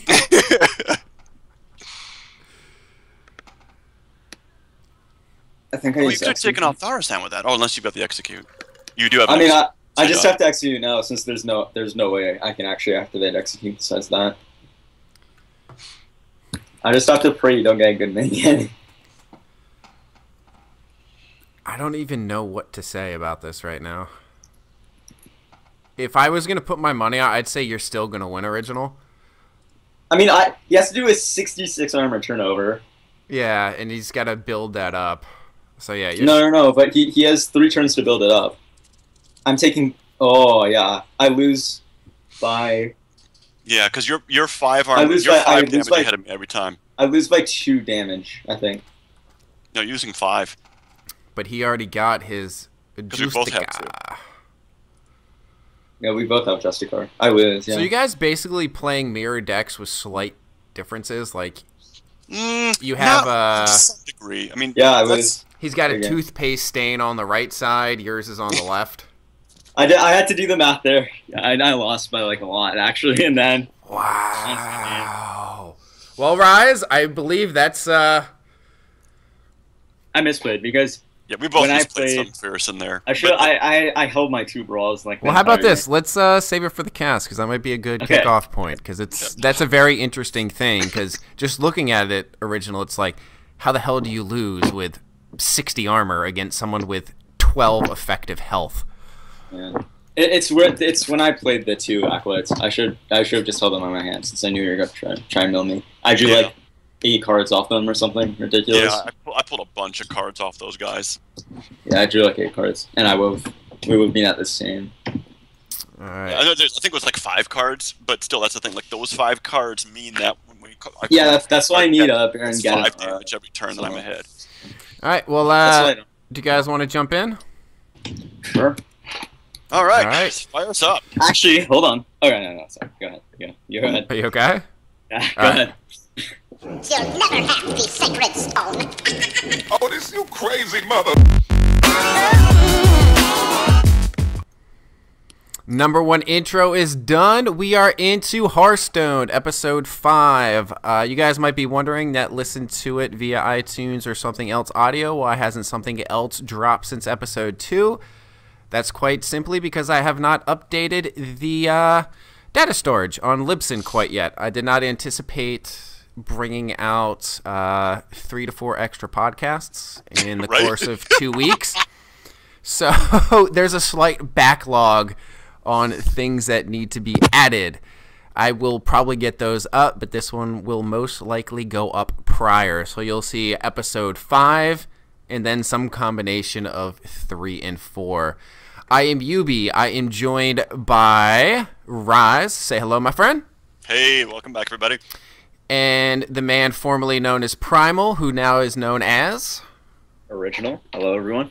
Hello, hello. And prior to this, you guys played a game, and I found it rather interesting for a variety of reasons. But I think it'd be better if you guys talk about the ins and outs, since not only were you guys playing it, but you're pretty intimately familiar with the decks that you've created. And I'd like to start with you, Rise, because I know it's a deck that you have been working on for several weeks trying to perfect.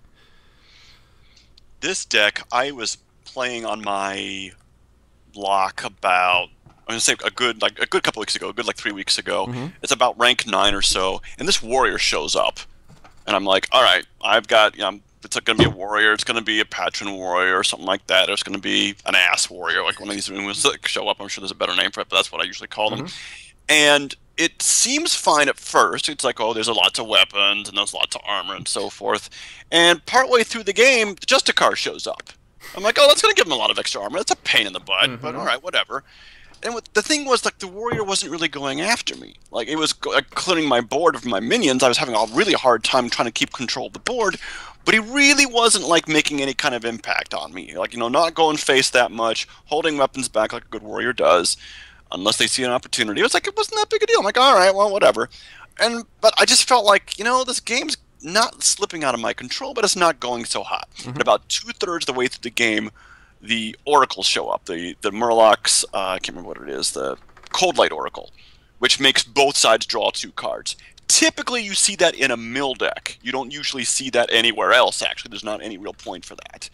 But especially as a Warlock, I'm like, all right, I'm already drawing something fierce. That's my hero power. Now I'm in trouble because I've just had to draw forced. And I got into fatigue in short order, but why it was weird because there were no other cards in the deck that other than he had a Death Lord in there which did some card draw, but it wasn't like there were no dancing swords, there were no brewmasters to send cards back out and then back in again. It was just a weird deck, but it destroyed me. I'm like, this is a brilliant deck. This is a great way to do this. So I tried to friend the guy, and he didn't respond. But I was like trying to recreate what happened with this deck. And I've spent the last 2 weeks trying to refine the finer points of how do you get a warrior deck put together that seems like it's one thing, but actually is something else. I've learned a lot of good lessons about deck building, and I'd love to get into that in this cast. But the main point of this particular warrior deck, I can't remember if you original were the one that gave the name of this a survival warrior, or that was you. Either I don't know where that name came from, but that's really what this is. It's a survival warrior. It's not necessarily a mill deck because you don't need the other person to play a lot of cards or extra, but it's basically intended just to trade up. It's intended to be the type of deck where you use a lot of weapons and a lot of armor to get the most value out of your deck, just a little bit more than your opponent to maintain control of the board. And by the time you get to the end of the game, when there's only a couple cards left for your opponent, that's when you really start to come through with your extra stuff. The final... Getting the last couple of cards figured out to what's going to be best for this deck was really what made this deck come through for me. And right now I'm playing around between rank 12 and 10 as I'm learning how to pilot this deck. But it's a different kind of deck, and I'm always looking for that in Hearthstone because you can... Even though there's this prejudice against net decking, and I'm a big fan of net decking, I think that net decking is a great way to... putting a deck together is hard. It's hard for me trying to figure out where the synergies is. Taking someone else's constructed deck, learning how to play it, and then from there making the tweaks that you think make an impact either in the current meta or to basically just figure out how certain decks run, I think is great. I think it's a great idea. Well, in a sense, I think as far as opponents to net decking, as far as the three of us go, I'm probably at the top of that. But in the same sense... net decking and then tweaking it to make your own is almost like taking the twinking of Warcraft and putting it in the Hearthstone sense. Yeah, very much. Take what you know and make it work to fit, and this might sound kind of strange, your play style. Even more than that, what other people are playing and counter that. Yes. For example, there's stuff like on the ladder, at one point I had to run double keys on Mystic because everyone was playing Secret Pally. Or you just had to adapt to what other people are playing and see what you can remove out of your deck. Yeah. I think that's a great point, and you're going to hit points, and you guys are much more experienced with this than I, so I'm kind of parroting things that you've told me.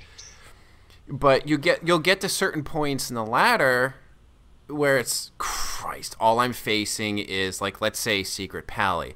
And if you're running the deck that, say, got you from 20 to 9, and all you're facing at, say, 9 to 7 are Secret Pallies, well, that might not still be a suitable deck. You need to figure out a way to work past that, get to 6, and then, what, will that same deck keep you going? Or then do you need to formulate a sort of new plan, a new option, and a new deck strategy to continue moving down?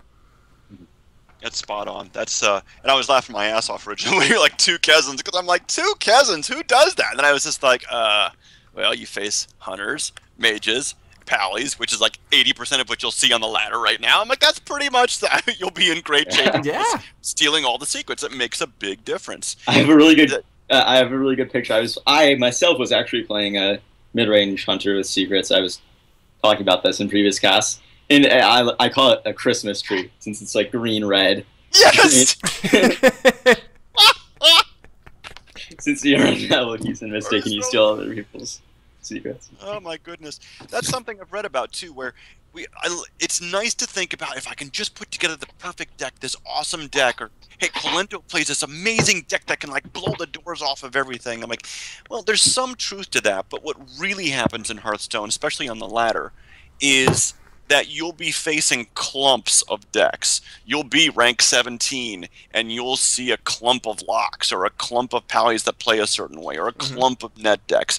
The particular like sediment layer that you're in on the ladder will look a certain way. Sometimes that means trading out a couple of cards. If you're facing a ton of pallies, a ton of warriors, rogues are showing up, it's time to break out the acidic swampoos. Get something that busts up weapons. Get Harrison out. Or Harrison, if you happen to have that in there. You know, it's like having some trouble with card draw, seeing a lot of weapons. Harrison's here to help out. Yeah. Back in season 4, had to stop playing hand blocks since everyone was killing my Draxus with Harrison. Okay, can I tell a quick side note? I was telling Rise about this. I recently made a new chamois deck, almost just to kill Rise, and it seems to be working okay so far. But I put in Harrison just because I know he's playing a ton of weapons. I go up against a lock, drops Draxus, perfect position to win. He's got almost a full hand. I have 2 cards left. I play Harrison Jones. Yeah. So beautiful. And, well, let's just say the game kind of turned pretty goddamn quickly.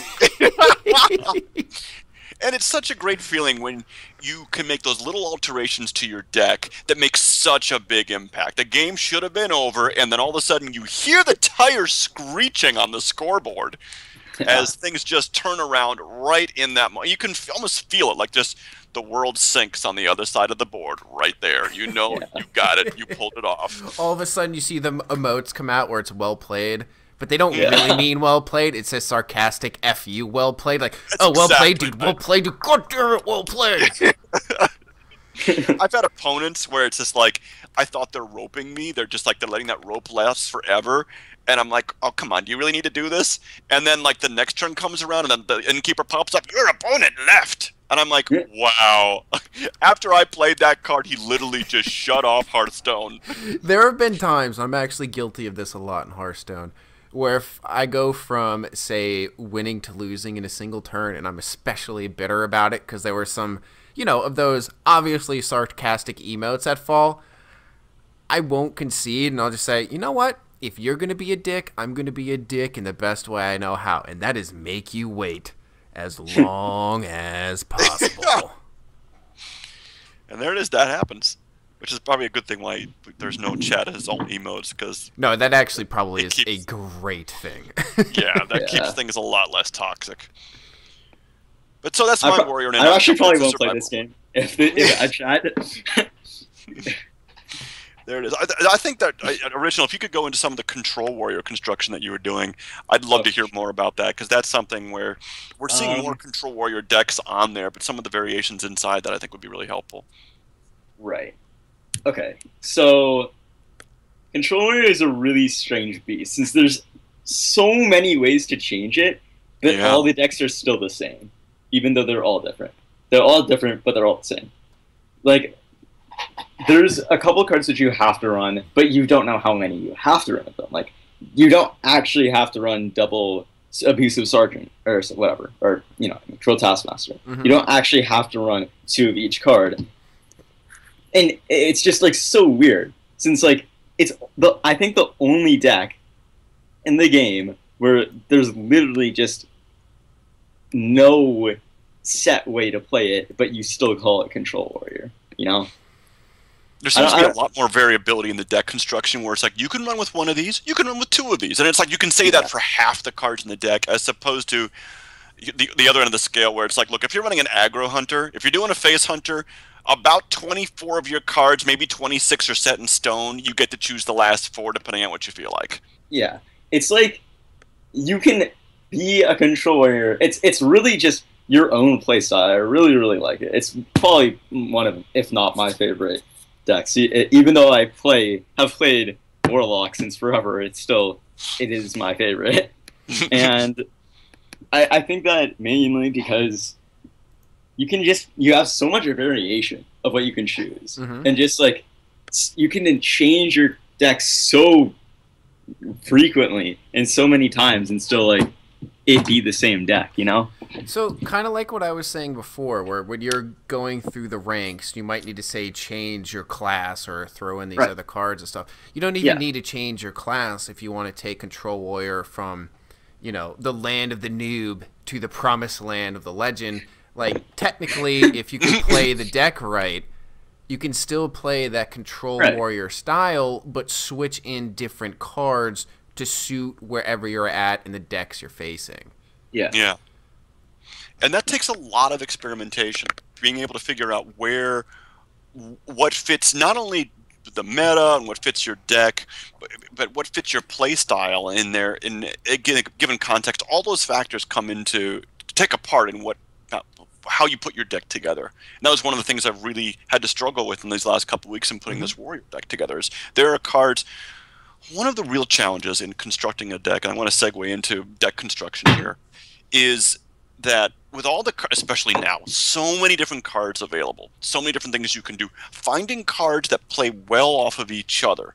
It's a lot easier to do that, but it's the little things about these cards that make a big deal as far as does a particular card fit in your deck or not. Like, one of the things I was thinking of is, as a warrior, as a survival warrior, the worst thing I have to deal with is a lot of small minions. If Pallies break out the muster, or if Warlocks break out the implosion, Shamans with their totems, that's actually more difficult for a survival warrior, because you have a couple of clears. You have your whirlwinds and so forth, but they're only 1-point clears. And once you're done with that, that's it. You have Brawl, but you don't want to use Brawl on a bunch of 1-point minions, especially as often as they pump out. Well, so that was a big issue. Cards like Baron Geddon comes in. Yeah, exactly. So you need something like Baron Geddon that takes up a slot. So at first I was thinking, you know what? I'll take advantage of that, and I'll use a Sea Giant, because a Sea Giant becomes dirt cheap if you have a bunch of minions on the board. So I thought that was a great idea, and I played with a Sea Giant. It was a total disaster. And the reason is, yes, the Sea Giant's cheaper, but in a Warlock deck where the Sea Giant's already backed up by a bunch of small minions, it's strong. You can make a difference there.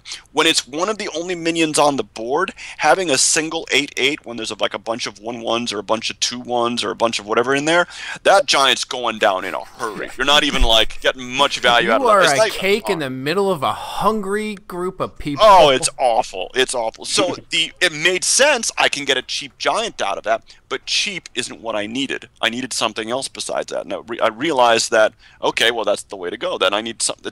Cheap's not the issue.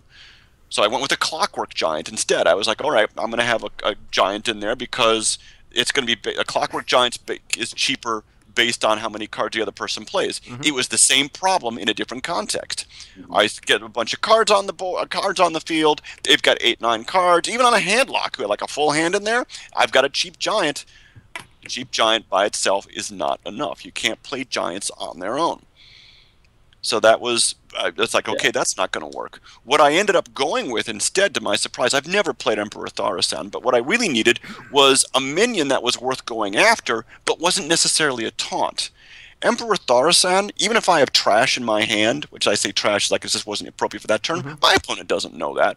But Emperor Thaurissan is one of the scariest cards in the game, because you know that if you let it live for more than one turn, something disastrous in their hand could get very cheap very fast. Well, so it acts like a taunt. You absolutely have to get rid of that. I cannot think of a deck, and maybe original, you know of one, where it's okay to just be like, you know what? Let's let the Amp live, dude. He seems like a chill dude. Face.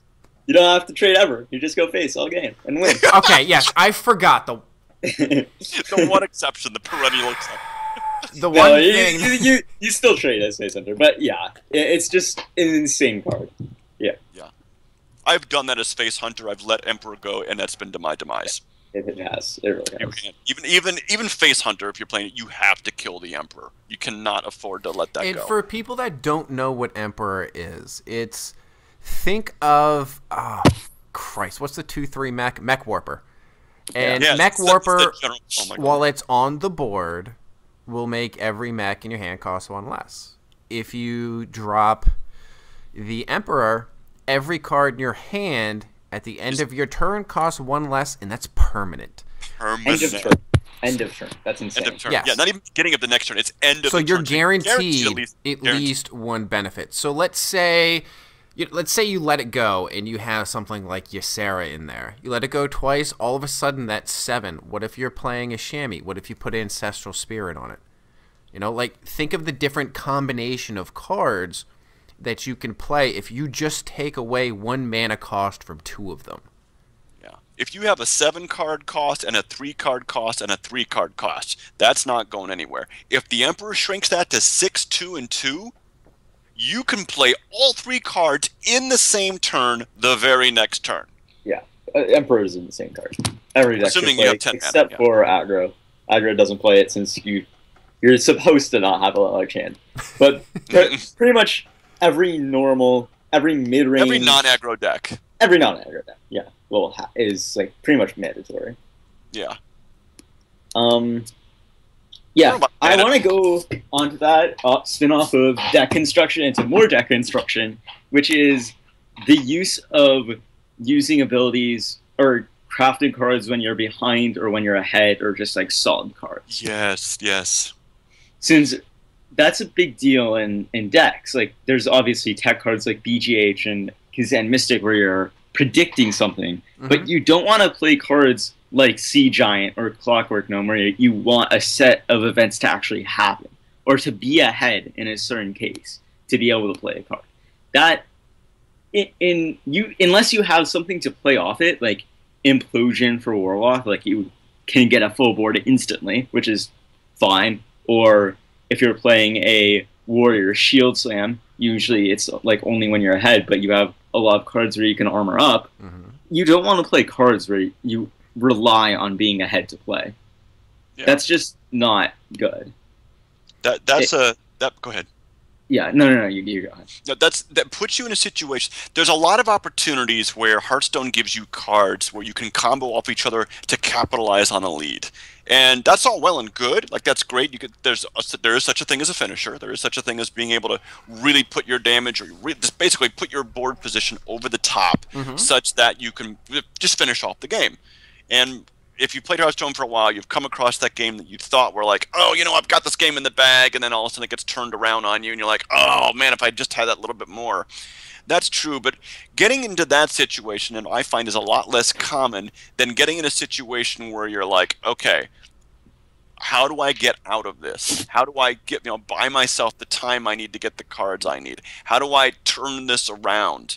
And if you don't have cards that are positioned to do that, if you haven't comboed them, if you haven't set up your deck such that they can combo off of each other to be able to make that save, or to be able to regain power on the board, or to regain presence, what ends up happening is you end up playing cards not getting the most value out of them. You end up playing offensive card defensively, you don't get the most value, and that's a slippery slope. That's when you start doing things where you start playing cards that were meant to capitalize on something, but you're just throwing it out there for a body to hit, so that you hope that the next card can be a body to hit, so that you hope that the next card, and then just gets away from you. So I don't want to... Okay, go. Well, I was going to say, are there several different levels to that? And one would be creating a deck which has some sort of synergy, but also knowing what card to play and when to do so.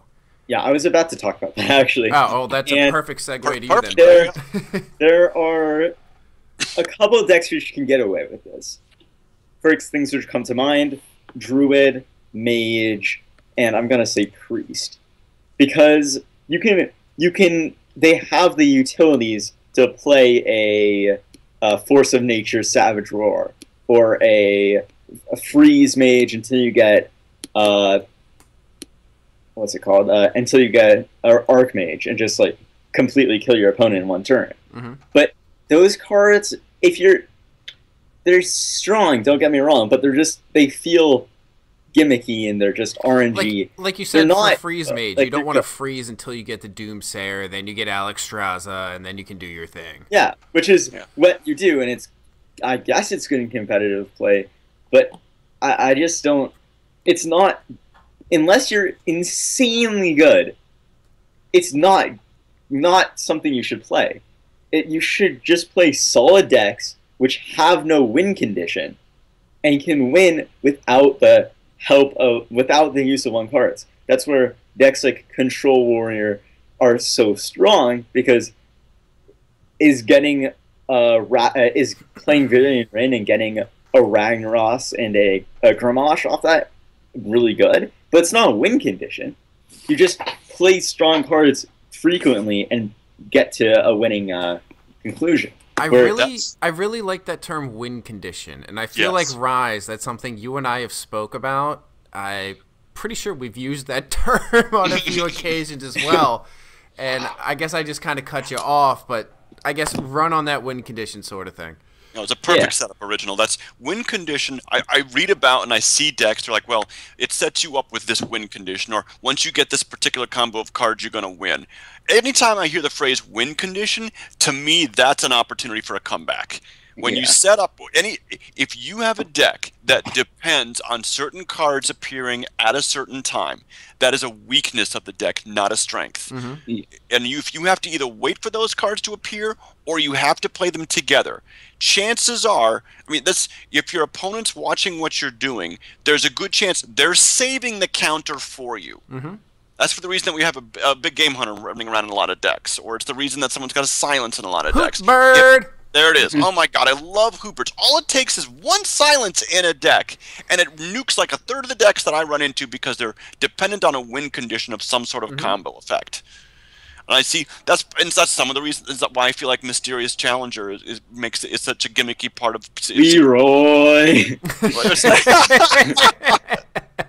Well, at least that had a chance to just go boom. Yeah. Right, and there it is. So it's like, if you've got something where you know what it's going to happen, and it looks like it just from the card setup, where it's like, where you can see just by how the deck is playing out that you're like, all right, that guy just played. This happens with Patron Warriors, where like by this time, when you get partway through a warrior deck and a couple minions show up, where it's like, okay, well, this is not a Control Warrior deck. That's a couple of small minions. It especially happens with card draw. When you see a lot of card draw on a warrior, early on, it's like, okay, that's a lot of card draw. They're looking to just rush your face off. You know, to save your board clear, they're going to Whirlwind. They're going to use their Death Spite Axe to just multiply their warriors like crazy. You're going to take 20 damage to the face, and if you have a board clear, it's over. You've got them. You've got the counter. All of a sudden, now you've got 10 health. They've got 30, but they have an empty board. Yeah.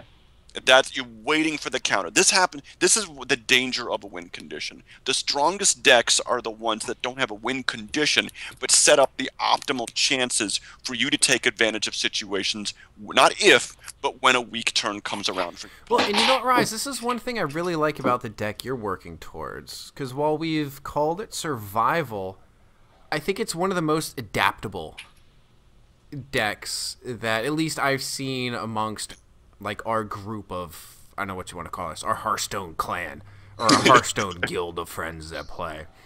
Because it really is, it's dependent upon what the other person does, and it's adaptable to many different situations. If someone wants to go long, more often than not, that works in your favor. If someone wants to go short, you also have some conditions that are able to adapt to that and either force it to go long or capitalize on a misplay or their aggressiveness.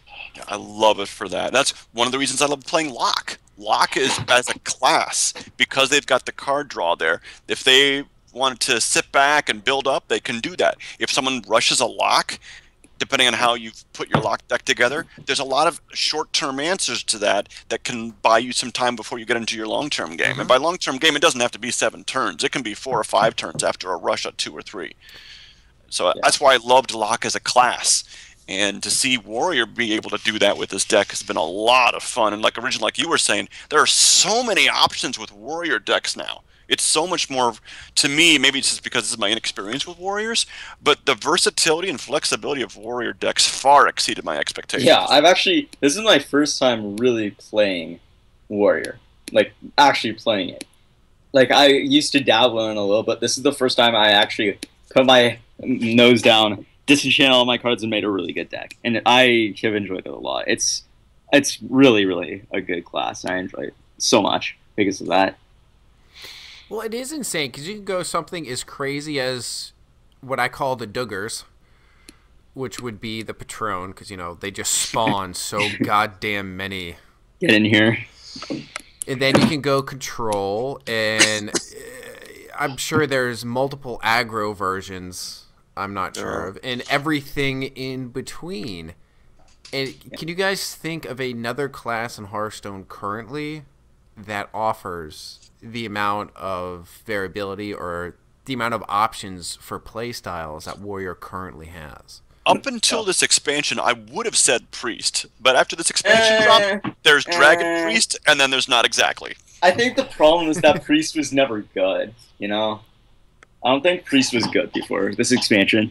And I think it's just that now that we actually have, like, such a strong deck, it looks that way, So I guess you could say that there's so many different ways to play a Priest, but were they actually good? I don't know. Well, you know what I think, talking about Priest, is that everyone has been dry-fisted by several different versions of Priest decks at least once in their Hearthstone life, and that makes them think they're insane. Like, who has not played a Priest, had all of their best cards stolen, and then died to them?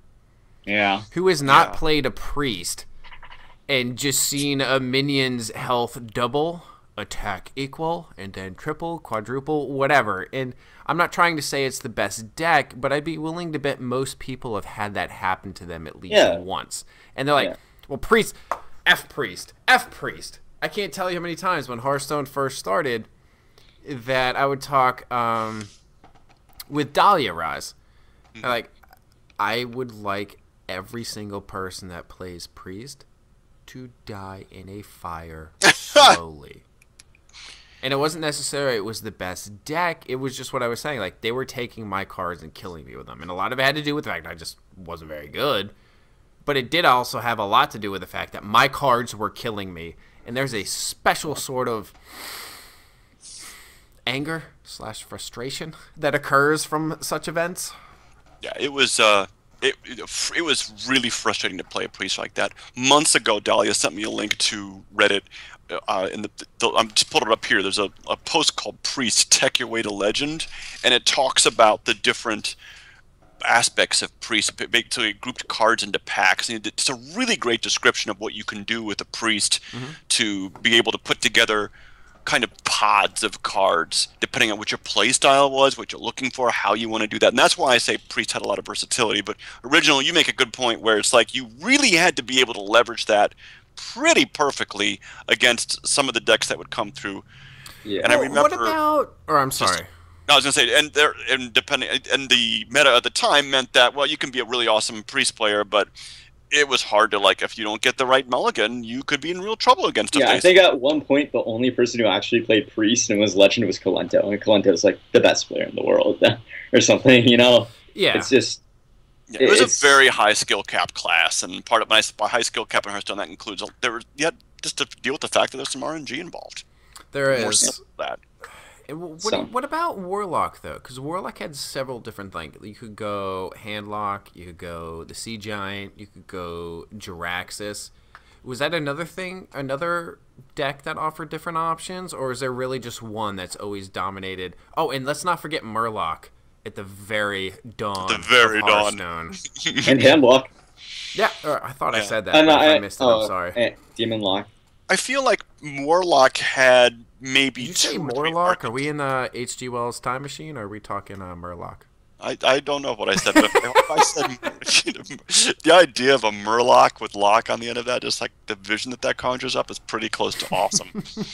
Like, there should be this evil cackle Murloc laugh, which I can't even attempt to imitate right now. But the priest. I mean, priest. Goodness, priest too. But warlock, I feel like had 2 or 3 main archetypes where there was some variation in there, but you were basically playing a rush deck, a control deck, or a handlock. That was your big 3. I don't really remember seeing anything else other than those 3. And there might be small variations, like, well, maybe you play the imp that gives you 1 health every turn, or maybe you play the sea giant. Maybe you stick in a BGH, maybe you don't. Maybe you play the molten giants because you know you're going to get low on health. That's true. That's actually one thing. Well, I think the only difference is that it's like so. I think the difference is that the cards in Warlock are just so like radically different. Like just one card makes such a huge difference. I think it's the only card in the game which actually does that. Like Mal'Ganis and Jaraxxus, I think those are the 2 most prevalent cards in the game which actually do that. You know? Yeah, I guess there was a whole thing when we were doing the podcast with HB where I was like, Jaraxxus does math, and you got that rise and you transferred it. So I thought that gave me a silent giggle that I couldn't actually laugh about during the cast. But it kind of also made me think that the fact that Blizzard designed it so, and people figured out very quickly, that a good way to win as a Warlock is to lose your health fast. Yeah. And that kind of ties back to what we were talking about at the beginning of the cast, where like the twinking sort of Hearthstone and maximizing what you're doing. Because I remember playing people like, dude, I am lighting this mofo up. All of a sudden, I see a couple of giants drop. Oh, I made a mistake. Yeah. I remember watching a tournament, a Hearthstone tournament, and I don't remember who it was. It was the semifinals of some tournament. A guy had a Warlock down to 14 health. Mm-hmm. Or it was like 16 health or 14 health. It was right around in there, right?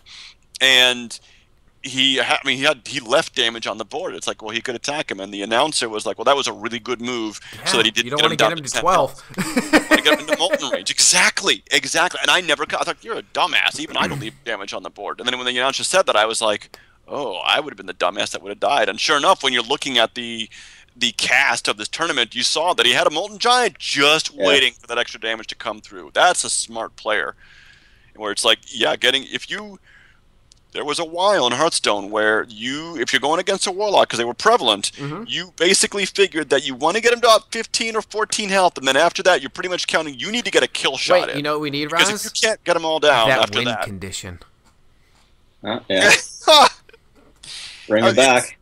There it is. So, and maybe that's a good point. That maybe win conditions were a more dependable thing back in earlier days. I think so.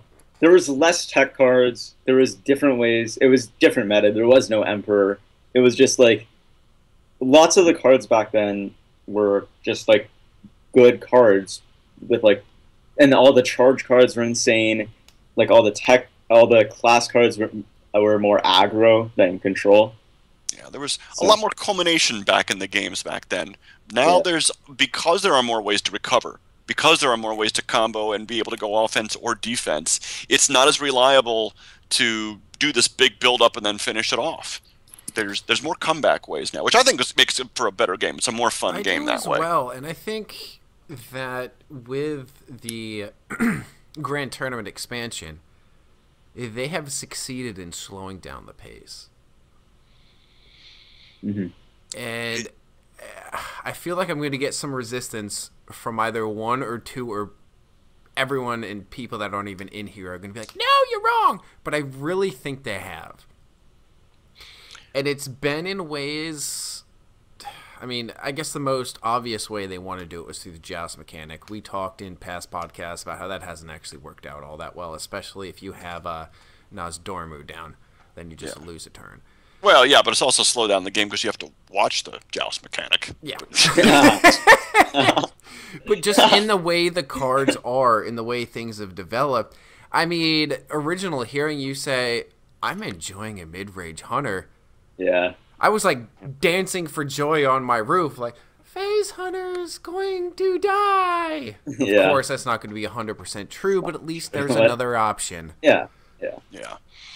Yeah, I'd say that's true, and I don't have the actual stats on that. You'd have to to go to a site to see what the typical game length is and so forth. But I would bet that even though the typical game length is probably only expanded by a couple of turns, I would put that only in quotes, because games ran fast before.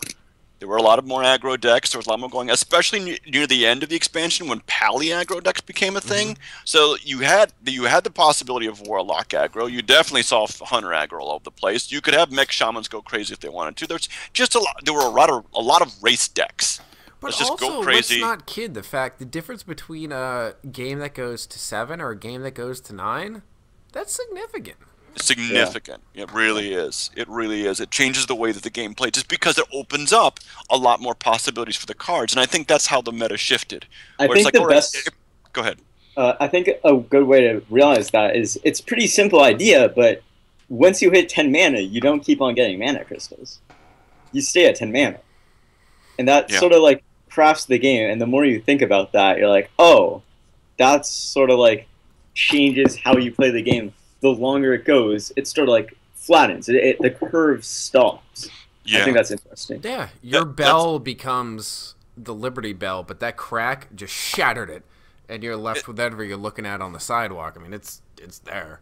It's a big deal for deck design, because before, if you figure this game is over in maybe 5 to 7 turns on the average, maybe I'll get to 9. You're looking at how do you make a deck that's going to combo the right cards in there to be able to be the most effective, or to do the most burst, or to trick your opponent into thinking they're going to do a lot of burst but then survive through it and counter hit, and that's it. When you have a game that you know is going to go 10 to 12, all of a sudden it matters more how the mana efficiency cards go. It matters more like, am I going to fit my hero power in? Am I going to play a 5 card and then a 4 card and not have enough mana left for a hero power because that's 2 and I need 1? Those kinds of questions, which weren't as relevant before, when you have those couple of extra turns, have enough of an effect where you're willing to make a couple of card changes to be like, oh, how does this best fit in? And then the whole meta shifts accordingly.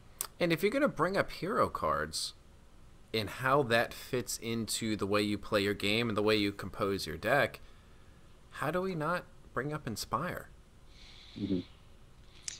Yeah. Watching Inspire as a mechanic and even trying to figure out how it works, I wouldn't even say even just Inspire, but one of the neat things that Inspire has done in the Grand Tournament is that regardless of whether or not you use Inspire cards, it's made you as a player pay attention to where fitting your hero power in can be more efficient. And I've seen that Justicar has helped that as well. Yeah, you know what I would say? It's not even how much you use your hero power or how you use it. It's how your opponent. Yeah, that game that started off this cast where we had even for all that we both kind of messed up in there, watching the armor tally up there. That's part of what makes a big difference for my deck. Because before I was like, okay, hero power is useful, and it still is. But now I have to that's part of the way my deck works, is where is hero power relevant? One of the things that I had to consider while making my deck was, you had a great suggestion, which was to use the Garrison Commander. You can use your hero power twice a turn when you have that card in there. It turned out in my deck that it was overkill. If I was in a place to be able to use hero power on a regular basis, it gave me more armor than I needed, and the Garrison Commander took a spot where I could have used a more offensive card or could have made a card that was a bigger target of itself. And that's which is prime example, kind of what we were talking about earlier. Is it not? Where it's, I know, like this card seems like it fit. It just makes sense, but the synergy is not there. Put in, say, a Noyotron instead. Put in, I don't know, whatever cards you put in. It's like, this one on paper looks like it'd make the most goddamn sense. I can get 8 armor instead of 4 armor a turn. Justicar and Garrison Commander sounds amazing. Yeah. It's like, wow, double your hero power and twice a turn? That's amazing. And it's entirely possible that for a different class, it could be. It could be a really nice way to do some burst damage right off the bat. Oh, for Locke it is. Yeah. Because you combo with, there's actually a deck. It's like a really weird hand lock. But it is sort of win condition, but it's where you play... You play Justicar, and then... No, it's not. You play not Discard, I'm sorry. You play Justicar, so you take no damage from your hero power, and then you play Garrison Commander, and then you play the new Warlock Legendary, where every card you get from your hero power costs 0. So you get you get 2 0 cost cards each turn. Wow, that's like a whole, that's like turbo hand lock or something. Yeah, that sounds rude. So that's like it's really win condition, but like, Yeah. So that's a great example. Like, there's a good combo that's neat there, but it's like, it's almost like a weird kind of like hand aggro, where it's just like you just throw cards at them like crazy until like the magic stops. But for a warrior, it was like, look, if you're in a position where you can play Garrison Commander and put a bunch of armor on, that's just not the same as, say, being a mage, where you've already played Justicar, you're doing 2 damage a turn, now you're pumping out 4 damage a turn just out of your hands. Drake down, now you have him down, now you're just going boosh, boosh, boosh. You're like Goku pumping him out. Yeah. So in a mage deck, I could see that happening as a total, like, as a technique, and that'd be interesting to build a mage deck around something like that. For a warrior deck, it was on paper, it made sense. In practice, it was a synergy that didn't actually move the deck forward. All right, well, guys, we're coming up on that witching hour. Uh-oh. Original. So, yeah. What you got to close it out, my friend? Warrior and Warlock are the best 2 classes in the game. Okay. Rise, do you refute that or do you agree? I don't know about the best classes in the game. Oh, the funnest.